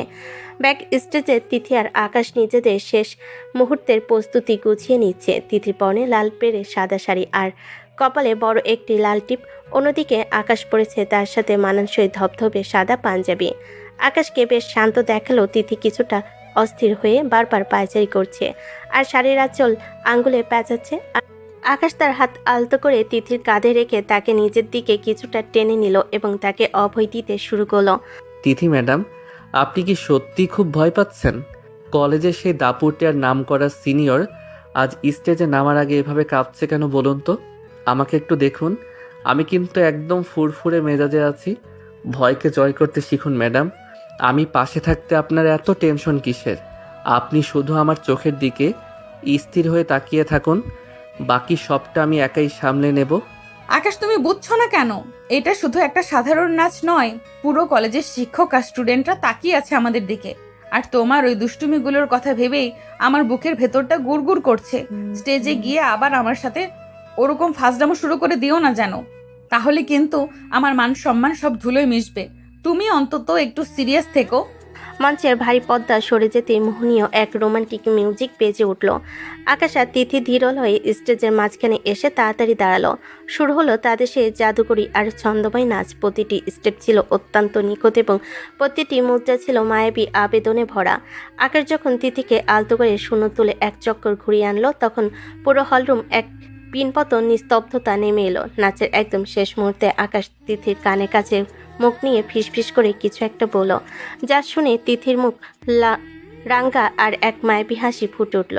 নাচ শেষ হতে পুরো অডিটোরিয়াম মুহূর্ত করতালিতে ফেটে পড়ল। প্রিন্সিপাল স্যার অত্যন্ত আনন্দিত হয়ে স্টেজে এসে তাদের প্রশংসা করলেন, কিন্তু সবাইকে তাক লাগিয়ে দিয়ে আকাশ মাইক্রোফোনটি নিজের হাতে চেয়ে নিল এবং তিথির হাত শক্ত করে ধরল। থ্যাংক ইউ সবাইকে এই ভালোবাসার জন্য। আজ এই বিশেষ মুহূর্তে আমি একটা গোপন কথা সবার সামনে বলতে চাই। আপনারা সবাই হয়তো ভাবছেন আমরা আজ শুধু সেরা একটা ডুয়েট পারফরমেন্স দিয়েছি, কিন্তু সত্যিটা হলো তিথি শুধু আমার কলেজের ড্যান্স পার্টনার বা সিনিয়র আপু নয়। তিথি আমার ঘরের ও আমার জীবনের শ্রেষ্ঠ সম্পদ। তিথি আসলে আমার আইনত বিবাহিত স্ত্রী। তিথি, আমি জানি আমাদের এই বিয়েটা হয়তো খুব অদ্ভুত পরিস্থিতিতে হয়েছিল, কিন্তু আজ আমি এই হাজার মানুষের সামনে দাঁড়িয়ে বুক ফুলিয়ে স্বীকার করছি, আমি আপনাকে পৃথিবীর সবচাইতে বেশি ভালোবাসি। আপনি কি আমাকে এই অবাধ্য আর পাগল জুনিয়র স্বামী হিসেবেই সারা জীবন ভালোবেসে শাসন করে যাবেন? আকাশের এই সাহসী ঘোষণা শুনে পুরো অডিটোরিয়াম মুহূর্তের জন্য স্তব্ধ হয়ে গেল। তিথি তখন চরম লজ্জায় আর পরম আনন্দে মাথা নিচু করে আকাশের হাতটা আরও শক্ত করে আঁকড়ে ধরল। সে আবেগে নিজের চোখের পানি মুছে আকাশের চোখের দিকে তাকিয়ে সবার সামনে তার মনে কথা প্রকাশ করলো। তুমি মানুষটা সত্যি একটা আস্ত শয়তানের বাচ্চা আকাশ। সবার সামনে এভাবে আমাকে লজ্জায় ফেলে দিলে। তবে আজ আর আমি কোনো কিছু লুকিয়ে রাখবো না। হ্যাঁ আকাশ, আমিও তোমাকে জান দিয়ে ভালোবাসি। তোমার এই মিষ্টি পাগলামি, তোমার এই ছায়ার মতো আগলে রাখা আর তোমার এই একগুয়ে জেদ সবই এখন আমার বেঁচে থাকার অক্সিজেন। আমি চাই সারা জীবন তুমি আমার এই দুষ্টু জুনিয়র হয়েই থেকো, যাকে আমি অধিকার নিয়ে সারা জীবন ভালোবেসে শাসন করতে পারবো। আজ এই সবার সামনে আমি বলছি, আমি তোমার হয়েই থাকতে চাই। তিথির এই স্বীকারোক্তির পর পুরো হলরুমে আবারও হাততালির জোয়ার বয়ে গেল। শিক্ষকরা হাসি মুখে মঞ্চে এগিয়ে এসে এই নব দম্পতিকে মন ভরে দোয়া করতে লাগলেন। বন্ধুরা হইহুল্লোড় আর শীষ দিয়ে চারপাশ মাতিয়ে তুলো। আকাশ আর তিথি স্টেজের মাঝখানে দাঁড়িয়ে একে অপরের দিকে তাকিয়ে জয়ের হাসি হাসলো।